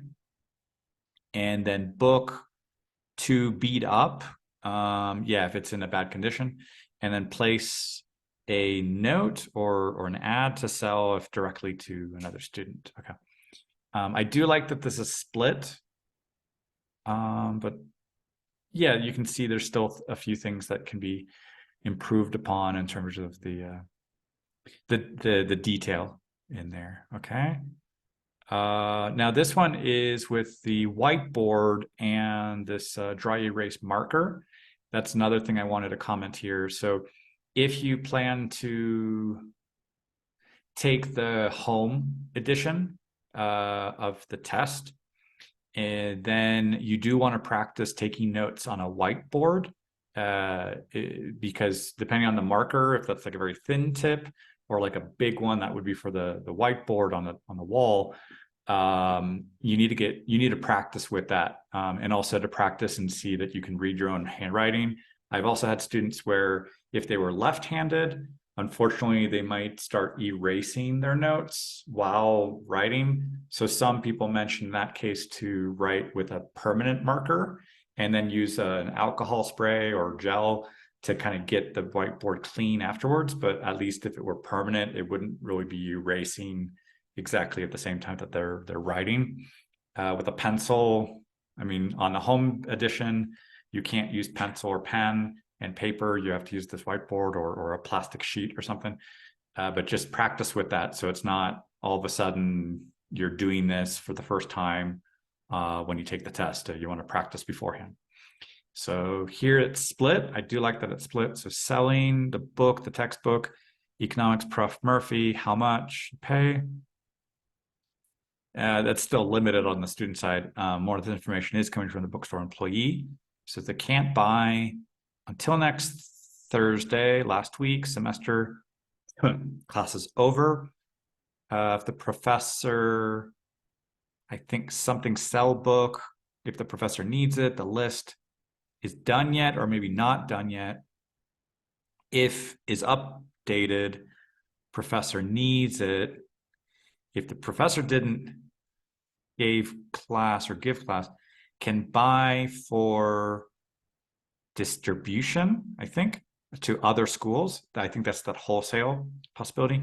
And then if the book list is 50%, they clean the book, no notes, can something sell to another, if it's like they can't sell, then I guess sell to another student. So there are some details in here, but I do like the fact that it's split, but there's still a few things that could be added on here. Some of the sentences are a little more detailed. I suppose I can follow along with a few things where, depending on what the situation is with the professor needing that book for the next semester, then they can sell it. If the professor doesn't want that book or isn't going to use that same one, if there's an updated version of the book, then they probably won't want to buy that book back because they're not going to need that book for the used one. Okay. And what next? Okay, here's another one. So conversation, sell the book back, something this week. She, I don't know who the she is. Next semester, deadline 2 days. The she could be the professor, but I don't know that. List is not complete. Professor, like maybe X the books, a book, or next time, or updated. That's missing. Just looking at those notes, I might be confused of what that relationship is. Like, I have listened to the conversation, so I know what this is about, but, and then there's this wholesale distribution. What about it? Only limited buyback. Okay, that part, I remember that one. 50% of the new price. The condition, what about the condition?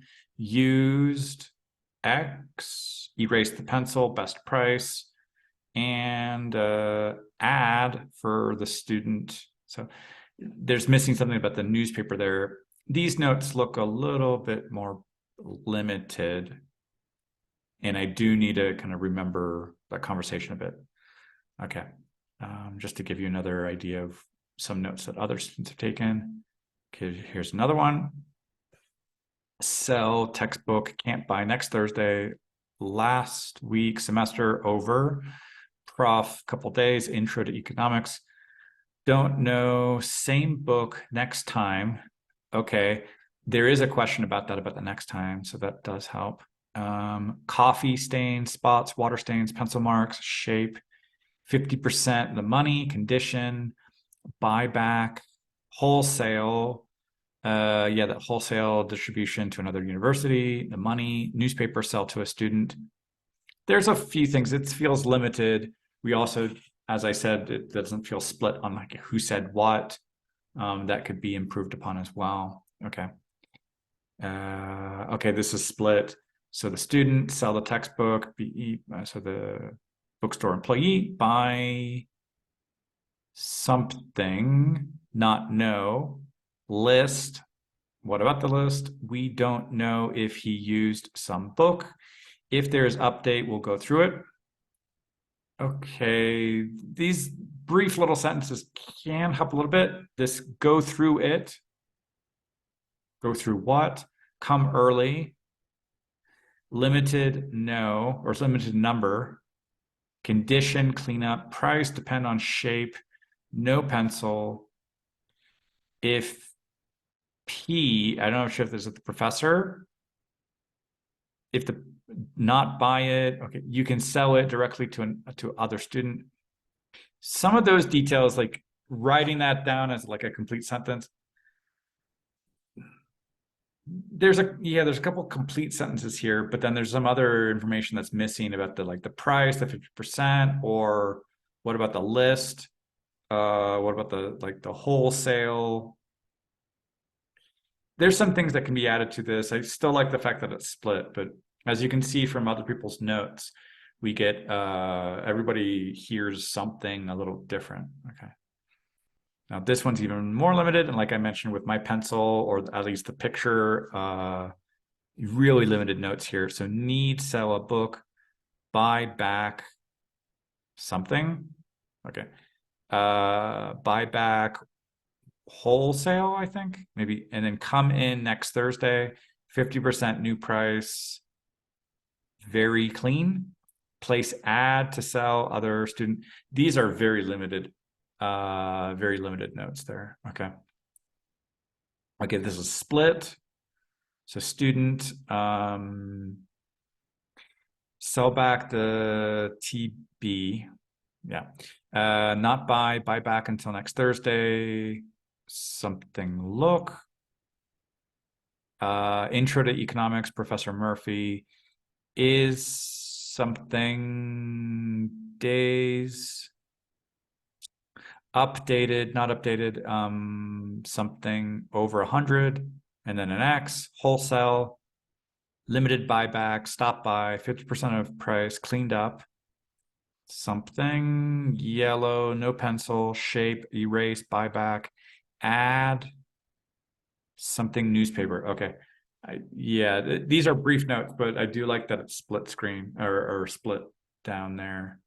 But it's a little cryptic because of these X's, like no, but no what. It's just limited. Yeah. Okay. And let's see here. Okay. This handwriting can be a little messy, but okay. So sell textbook, can't buy it next Thursday. Something, come over, back list. Professor needs to tell Professor Murphy she hasn't not started. Book is not in book list. Oh, okay. Wholesale, another bookstore, come early, limited number. How much? If 50%, new price, condition, clean up, no pencil mark, something, place ad directly to another student. Okay. These are some brief things. The letters are kind of big, so it's kind of taking up on the paper, depending on like that paper size, but and make sure that kind of following along. I think I would still recommend having the split of who said what there. Okay. Let's get into a lecture. Listen to part of a lecture in an archaeology class. One of the important aspects of the field of archaeology, one of the things that excites me about the field, is that seemingly insignificant things can suddenly change the way we think about a culture. We're always making new discoveries that have the potential to challenge widely held beliefs. Take something like the banana, for example. It turns out that this ordinary fruit may be forcing scientists to rewrite major parts of African history. We know that bananas were introduced to Africa via Southeast Asia, and until recently we thought we knew when they were introduced, about 2,000 years ago. But discoveries in Uganda, that's in Eastern Africa, are throwing that into question.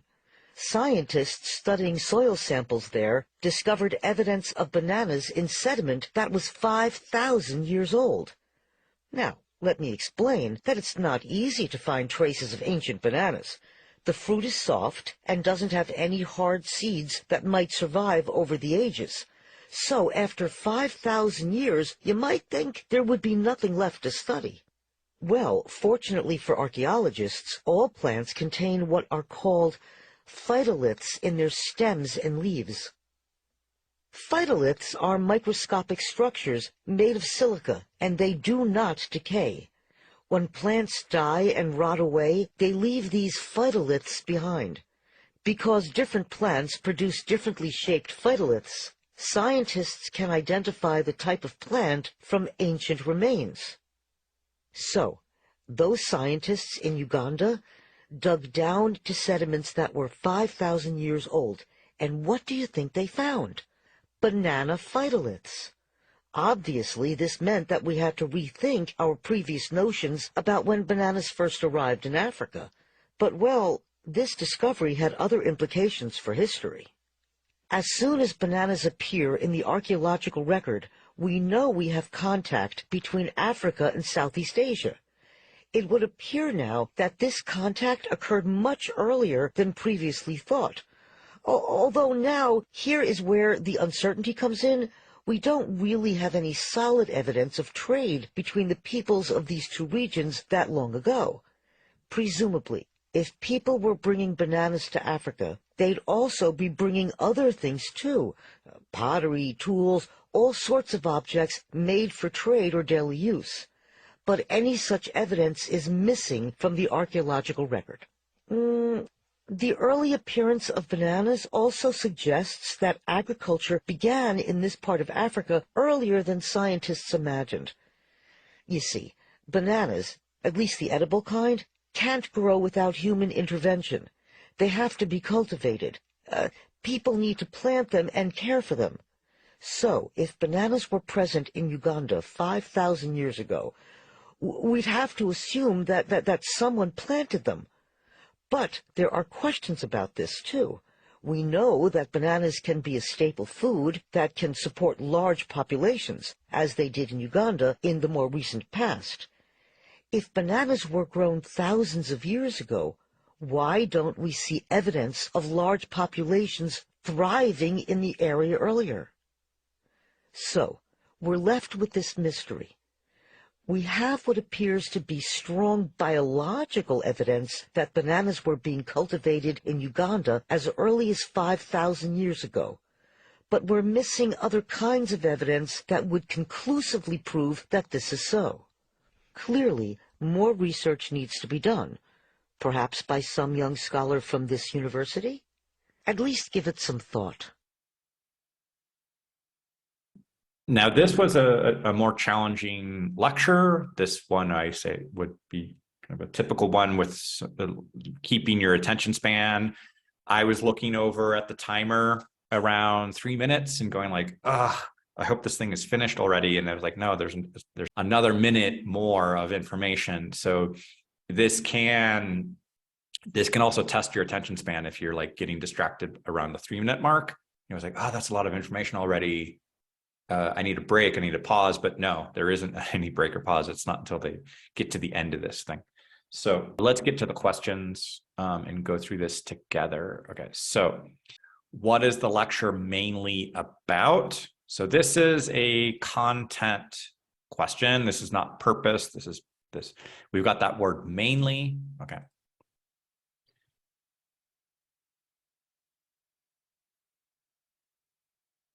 Now, controversial means that this is not 100% settled.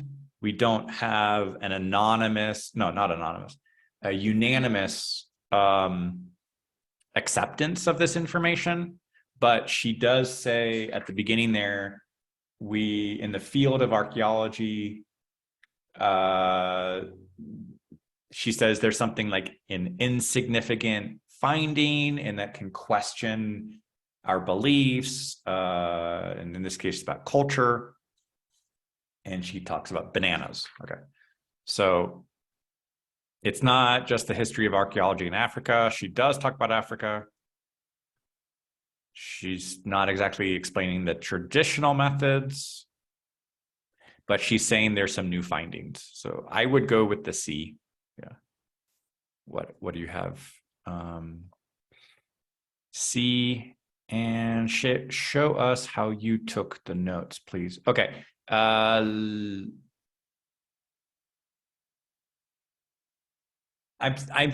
think I will answer that question about how I'm taking the notes. I think I'm going to have to do that as a separate video where I can just take a picture of my notes and go through it one by one. Because we're all here, I don't want to waste your time and I want to get to the questions part. But I think I will make that a specific video so I can highlight and show stuff that I was doing and maybe put the audio along with it so that can be a little bit more effective. Yeah, there's a reason why I haven't done listening workshops as much, because there's a little bit of the tech stuff. It's not so easy as the reading section where I can just put it on the screen and then talk about it, or the speaking section, get people to talk and then I can answer and respond to that. Or writing, we did a writing workshop last month and we all wrote something and then pasted it, and that was a little bit easier. Listening, it's just because it includes the notes as well, I think it's just a little tricky, but I will share my notes. I'll get this to you as a separate video there. Okay. So yeah, I will definitely share the notes as well. Okay. So yes, so here we're all selecting C and double checking that. So yes, C on there. Okay. Next here. Okay. What excites the professor about the field of archaeology?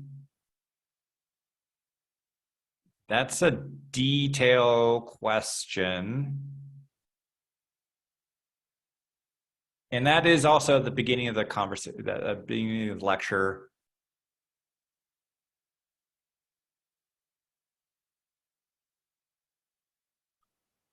It's this, yeah, I would say that this is challenging those beliefs or the theories because of the new evidence. I would go with the letter A. Yeah, I would go with A. Yeah, letter A. Okay. Yeah, that's again at the beginning of the lecture. Okay, and that this would be rewriting history because you have to kind of consider those the what they found. Okay. Okay. Yes. Okay. Number 3. According to the professor, now this, I did not know how to write that word. I mean, to be honest, I wrote down, let me write this in the chat box. I wrote down this, fit a lids, fit a lips. So I did not know how to write that word.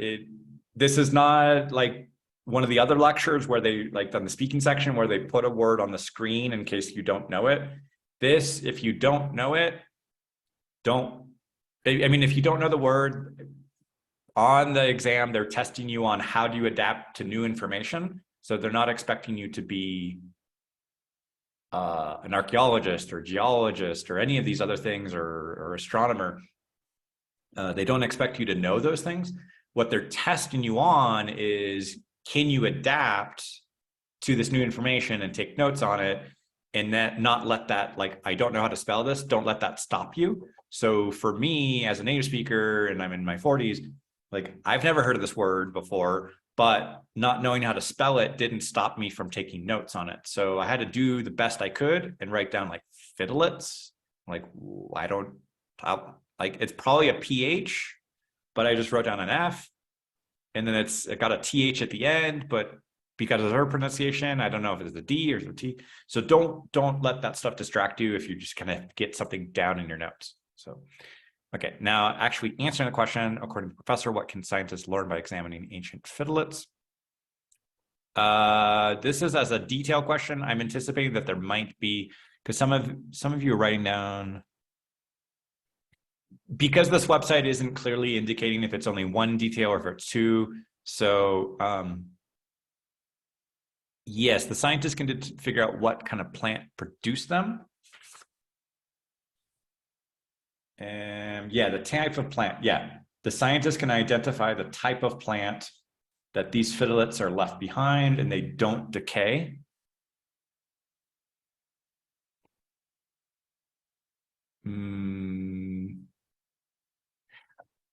I think it's this one detail. These other ones are not so obvious.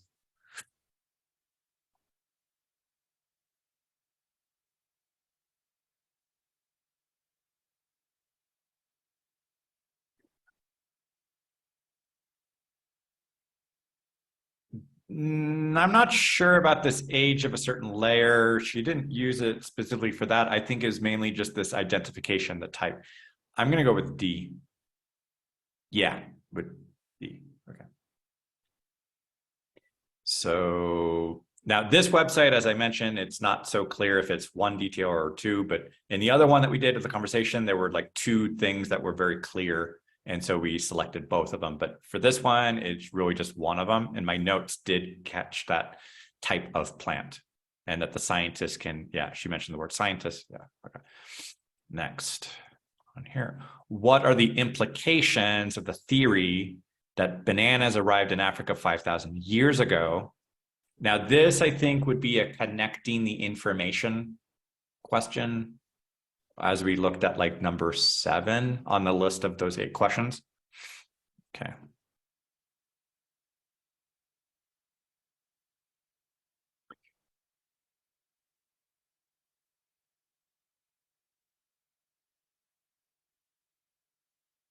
I'm going to say not C.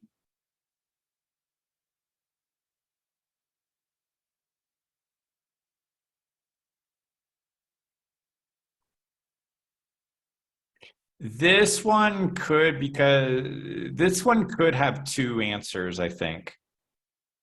But again, this website is not clearly stating that. But I think there were these 2 things that we did have evidence of of agriculture earlier than was it imagined? And contact between Africa and Southeast Asia much earlier. So I think it would be those 2 things.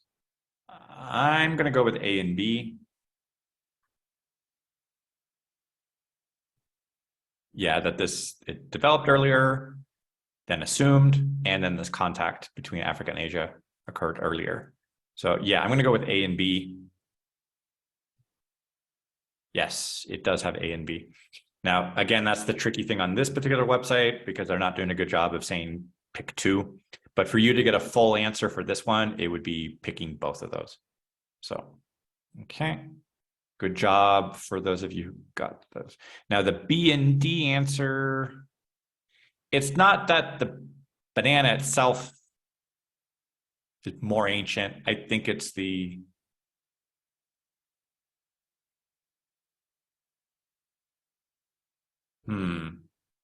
why not D? Well, according to what she said, we have to question things about when did our agriculture start and when did the contact for trade between Southeast Asia.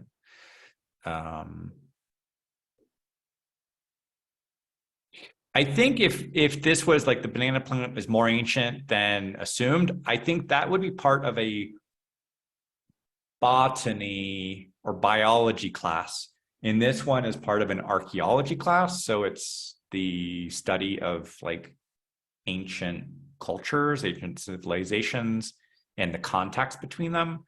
So it's not the plant itself and looking at from like a plant perspective or botany perspective, it's the plant within the context of archaeology. So I think this is this implication of agriculture and trade contact.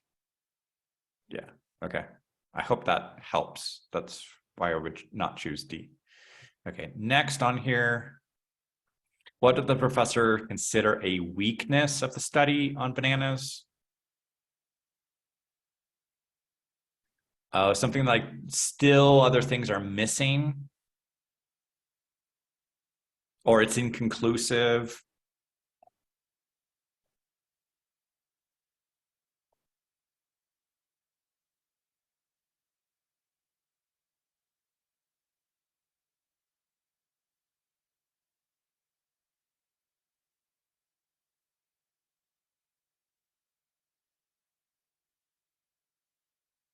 Yeah, there's this, there's biological evidence that the banana is there, but we're missing other evidence.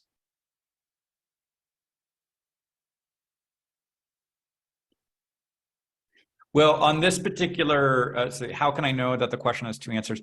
On this website, they're not helping you in that respect. On the actual test, it will say choose two, or if there are 5 options, and like choose 3 of these 5. So on the actual test, it will be clear. On the actual test, it'll be clear. On this website, I mean, as I say, free comes with a cost. There is some imperfect things on that. Okay. I'm going to go with C. The conclusions are not supported by other studies. So they said the evidence of trade. So where's pottery? Where are tools? We don't have that.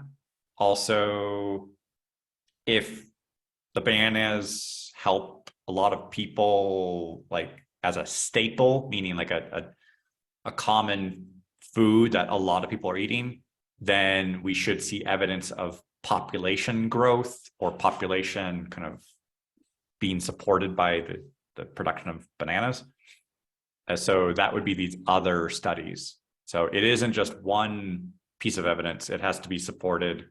For archaeology, you need a plant, and then you need evidence of tools or like things that were made and left and stayed in the archaeological record.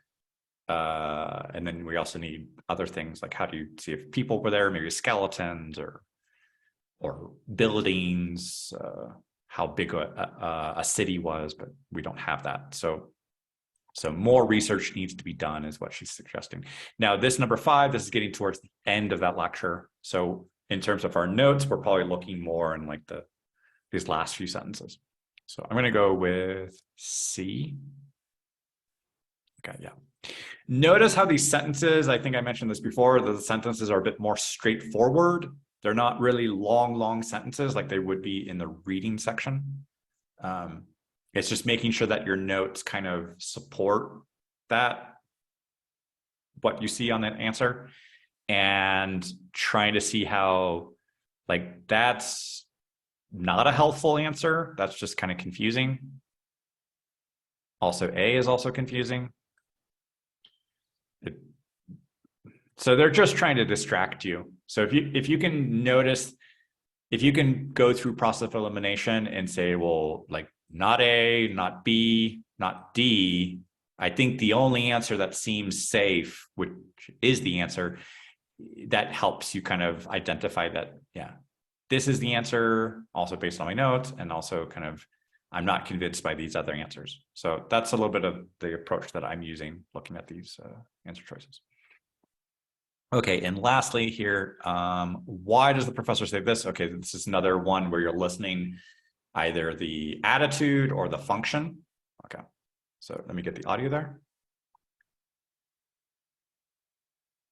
Why does the professor say this? Clearly, more research needs to be done.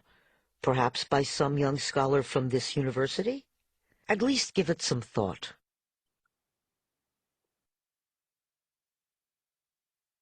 Now that did kind of catch my attention. That's not such a typical lecture ending.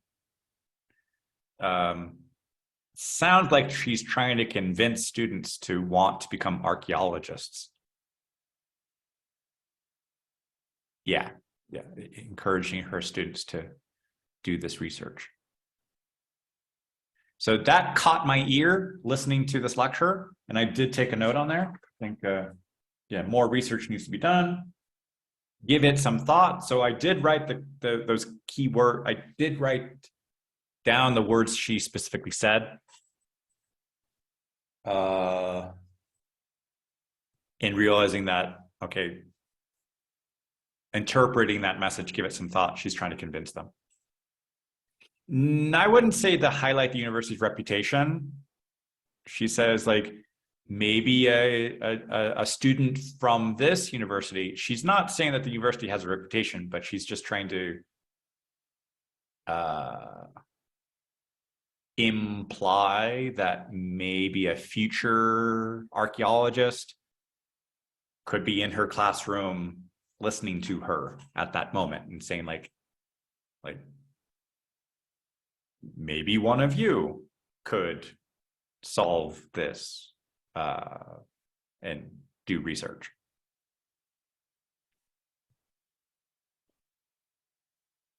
If she were actually highlighting this, and you have to like really just focus on those words that she says there. She says, give it some thought. So give it some thought is an idiomatic expression to tell somebody, think about it, reflect on that, give it some thought. Like, listen to what I just said, think about that, reflect on it, take my recommendation. So it's words, it's a phrase for encouraging somebody to do something. Now that can be a tricky thing about knowing English enough to read between the lines on how somebody's using the words in this context. Okay. And that unfortunately can, like, if you choose the D instead of the B, that could, ends up taking a point away from your score. Okay. Yeah, so I'm going to go with B as well. Yes, B. Okay. So who had 6 out of 6 on here?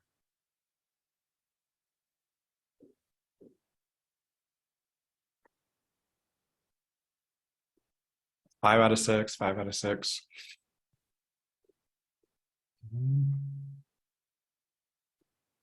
Ooh, okay. 5 out of 6, 3 out of 6, 4 out of 6, 5 out of 6. Okay. And okay. Let me know of those which ones you got wrong. Okay, let's look at number 3 again. So according to the professor, what can scientists learn by examining this? It was the type of plant. Let me get that on the screen where she says that. Okay, because different plants produce differently shaped phyllets, scientists can identify the type of plant from ancient remains. That's the answer.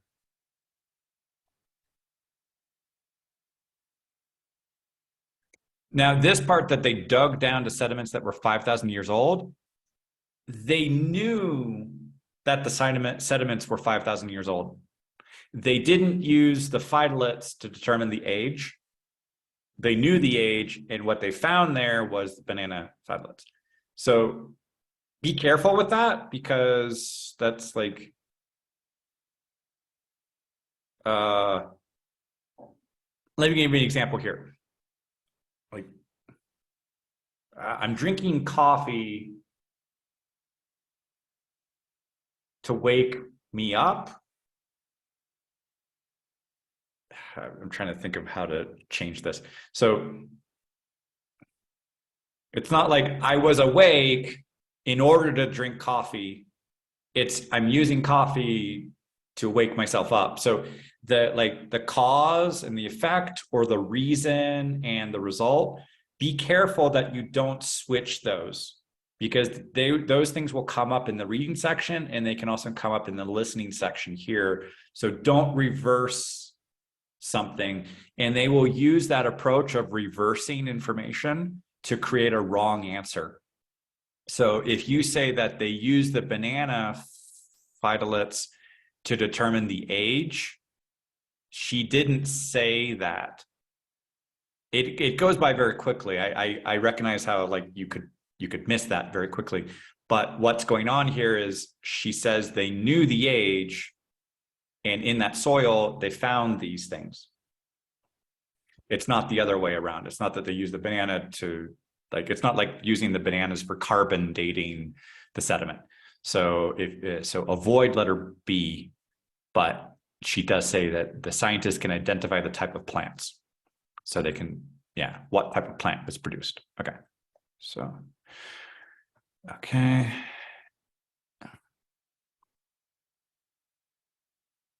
Oh, okay, and then something here, I got the question 6.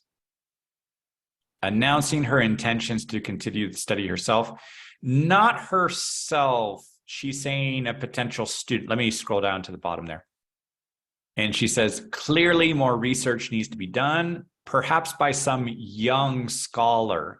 So a young scholar is one of her students, and not her as in probably an older teacher. So a young scholar is probably one of the students. Let me check on another thing here. Going back to question 3. So with the phytoliths, they know the type of plant. And by knowing the type of plant, they're able to know the age. Separate that. Let me go back here.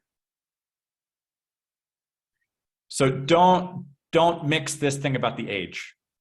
Don't mix the part about the age.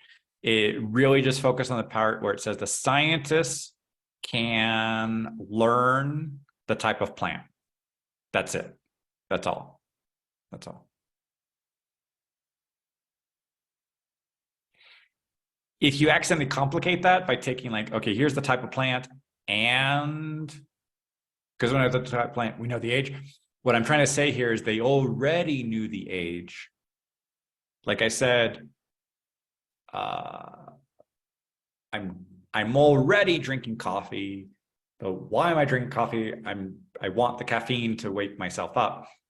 It's not the opposite. It's not the other way around or something. It's not like I woke up because I want to drink coffee. It's I need the coffee to wake up. So flipping the relationship between like cause and effect, they will play with that stuff in the reading section and the listening section. Yeah. Yes, yeah, here. They know the age first by testing the sample, yes. And within it, they found these phytoliths, and which made them know that banana was in that soil. Exactly, excellent. Yeah, that's the sequence of what kind of happened there. Now it's demanding to kind of get you to understand that very quickly of how stuff, like the order or the sequencing and the logic of how the research is being done. And that does kind of, in a way, test you on general understanding of some of these concepts of like, what is archaeology? What is geology? What is astronomy? Going into the specifics of how like that would be based on this lecture, but understanding how like, okay, we knew the age of the soil, and in that soil we found a plant. That's what's that they're talking about there. So as I do tell a lot of students, I wish this test was only about English. Sometimes it is also testing you a little bit on more than English.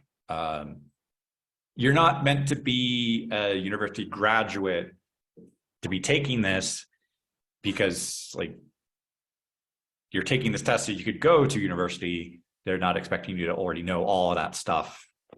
Like otherwise, like what's the point? You already know all this stuff, but yeah. How are you able to take notes on new information, process that information, answer the questions? It isn't just your English, it's also kind of how you're understanding these questions. Okay. It takes practice. And really for this session, and we've gone a little bit longer than I had anticipated, but thank you for being here. Thank you for your patience on some of the tech stuff. I will get you the pictures of these notes that from the conversation lecture. I wanted to go through even more and get like a whole section, a whole set, but this website, you can take advantage of this one that had more tests, more practice tests to work with there. And hopefully this is helping you notice things that I notice, what I'm kind of getting into my notes and things that I recommend to students. And when I took the test, the 2 times, like the first time I got a 29 on the listening. So it indicated to me that there was still stuff I needed to work on, and most of my students were wanting to work on reading and listening by themselves. But once I got the 29, I realized like, no, I think we need to work specifically on some of these strategies and go through, take a look at the notes. I will take a look at your notes, pictures that you sent me, and try to give you some feedback on that. And then once I spent another year working specifically on these reading strategies, note-taking, really analyzing the questions and the wrong answers, then I got the 30 on the listening, and I realized like, okay, I need to help students with this specifically, not just speaking and writing. So, okay, so stay in touch, and hopefully this was helpful. And I see, yeah, your comments here. And yeah, a fruitful session. That's good to hear. Okay. And hopefully this has helped you notice some potential weaknesses in your notes or in your kind of how you're analyzing some of the questions there. Okay. And yeah, good luck to everyone preparing for exams. Okay, you're very welcome. So we can wrap up here, and if you want to finish this particular test, this particular set, we were looking at number 32. Let me get you this link here on there. So you can finish that on your own. What I've done on Zoom is try to hide the text or the questions, just focus on the audio file. So maybe don't look at that, just play it, maybe like put your hand over your face, but so you can finish these ones. This test includes all of these previously 6 audio files before 2019. As of 2019, there's only just 5 audio files, 3 lectures, 2 conversations, but this just gives you extra practice. But for calculating your scores, just do the 3 lectures. So lectures 1, 2, and 3, and conversations 1 and 2, and then you can skip what it says lecture 4 and just look at your numbers. And then, as I mentioned, with calculating more or less what your baseline, what your score is now, that can give you an idea of where are you at compared to your target score for listening. So how many more questions do you need to get correct? And usually it comes down to just a couple small questions of how did you interpret the question, or did you get distracted by a wrong answer? And if you can get good at detecting these wrong answers, that can be part of your strategy there. And as I had mentioned previously, yeah, if I need to get a 21, what did I say over here? If you need to get a 21, you need to be getting more than 17. So like a 65%, almost like 2 out of 3. So specifically a 21, let's say like 65%. So 28 times 65%, you need like basically 18. So like one more, you need 18. So you can lose 10 questions out of the total 28. Today, right now, we did 11 questions, 1 conversation, 1 lecture, because of all the comments and explaining and answering questions. So we were able to cover less ground that I was hoping, but I would encourage you to go through and finish this, do 2 more lectures, 1 more conversation. Yeah. to give yourself an idea of the 28 questions. Okay, so that part is there. And okay, here are the notes for the lecture. Again, my pencil was not that sharp, and trying to kind of follow along with this one, that there's an archaeological discussion about bananas, and that there are some insignificant details that actually could come up and challenge cultural beliefs or challenge beliefs about what we know about the culture or the history. In this case, it's about the banana. It's rewriting African history and also Southeast Asia. About 2,000 years ago in Uganda, East Africa, there were soil samples taken from 5,000 years old. The sediment, it showed there were things that, well, in the sediment, there are things that are hard to find because the plant material might be soft, seeds might decay. Now, there's a word here, I didn't know how to spell it, phytoliths or phytoliths. I didn't let that stop me from writing down approximately what I thought I heard. Later in the questions, we see that it's Phytolith. But if you get distracted, don't worry about the spelling. That's okay. In here, there is something of microsilica. It doesn't decay. So what that leaves behind, these types of plants, it helps the scientists ID, or the phytoliths help scientists ID what kind of plant this was. And 5,000-year-old banana phytoliths. This is making us rethink who first arrived and questioning that contact between Africa and Southeast Asia. This was much earlier.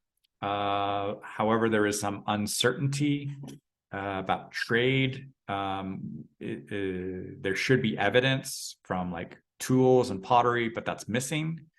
There's the agriculture. This might be earlier than imagined. But agriculture like bananas, for example, this needs human intervention. It needs care. It needs preservation. So if this was planted, then there's questions about this. Bananas are a staple food. And if this was the case, why don't we see evidence of huge populations thriving thanks to the bananas? So there's this biological evidence of the bananas, but we're missing other evidence like the trade and pottering tools or population growth and buildings, and seeing the result of that. So more research needs to be done. And she's trying to suggest to the students, why don't you give it some thought if there are some potential young scholars, young students who could go into archaeology and continue this research. So those are some of the notes that I got here. Okay.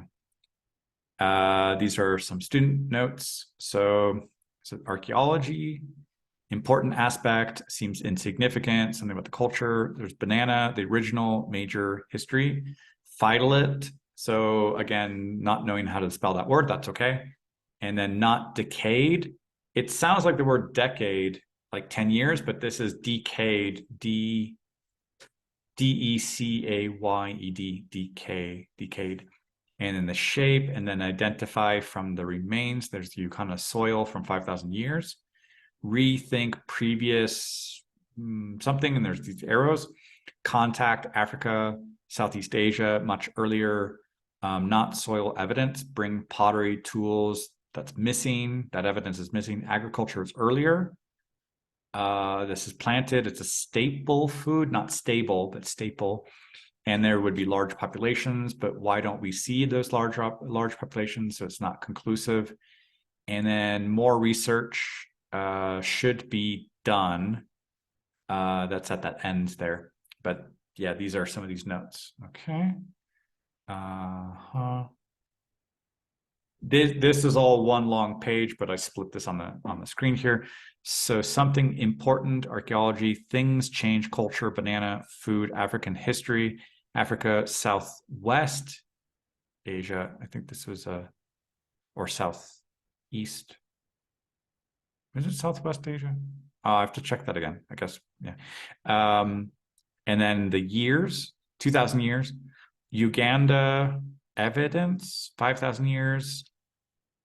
Ancient banana phytoliths, leaves, structure, decay, doesn't decay with the X, became, used different shapes.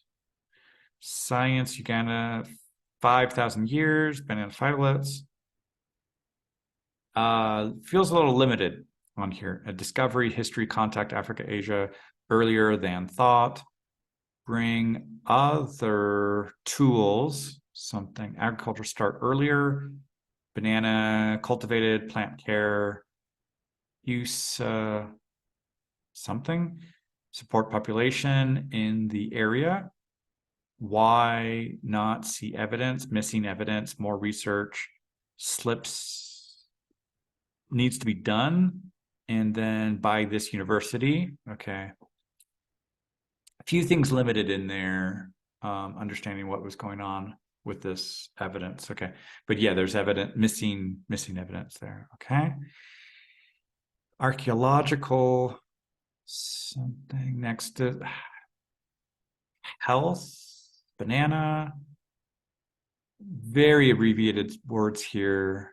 History, is that Africa, Southeast Asia, 2,000 years, agriculture, more research, really abbreviated. It's hard to follow. ST Bio, EVI 50 or 5,000, miss other evidence, agriculture early, something, and then put them, and then staple, larger, population, evidence, larger, mystery. There's these arrows, and it's a little hard to follow. Uganda, 5,000 years, early, soft, to study, silica, not decay, phytoliths, sediment, phytoliths, ENB, first A, Africa, Southeast Asia, other, early, solid, or something, other, pottery tools, something, and then no evidence, really abbreviated. I think the student who wrote this one, like, they know their own handwriting, and they know their own abbreviations. For somebody else trying to follow along, it would be hard to, if somebody handed me these notes and I did not follow along that lecture, I probably would be a bit lost. Okay. But if this helps that student to answer the questions within the next few minutes, if that works for them, that works. I mean, there's a balance there on making sure they get like complete thoughts or complete ideas that somebody else could look at your notes and understand them. But essentially what you want to be able to answer these questions and decipher our notes. But okay. And here, okay, so lecture, archaeological class, field culture, challenges, belief, banana, rewrite, African history, Southeast Asia, something, but discovering Uganda, scientists, research in banana or banana seeds, something, question marks, African 5,000, also archaeology, strong, phytoliths, research suggests there was contact between Africa and South Asia, solid evidence, no solid evidence, South Asia, Africa, pottery, other things earlier. So evolved, Africa, 5,000 Uganda, cultivated, staple food, evidence in thriving population. There's a mystery. We need, there's bioevidence, but yeah, more research needed, at least. Give a thought by this university research. Okay, I see there. That one's a little bit, it still has some of the kind of following along of what's going on here. This one just feels a little bit easier than the previous one, not so. And then here, Okay, biology, ancient, sort of some aspect, exciting, change of culture, banana, African history. It's hard to read that handwriting. East Africa, not early, not had seeds, not left to study, phytolipse, silica, left behind, different, something Uganda, banana, appear, Africa, East Asia, no solid evidence, presumably Africa, pottery, tools, trade, early agriculture, early cultivated, plant them, planted, staple food, why no evidence, population, mystery, biological, cultivated in Uganda, missing info, more research needed, university, something. Okay. This handwriting is a little harder to follow, but yeah, there's kind of some keywords, but yeah, it's a little hard to follow. I mean, ultimately, it comes down to like, can you answer the questions based on your notes? Or will your notes be enough to answer that? Are there other notes here? No, I think that's it. Okay. Okay, we'll wrap up here. Thank you very much for your time, and thank you for being here. So best of luck for your preparations.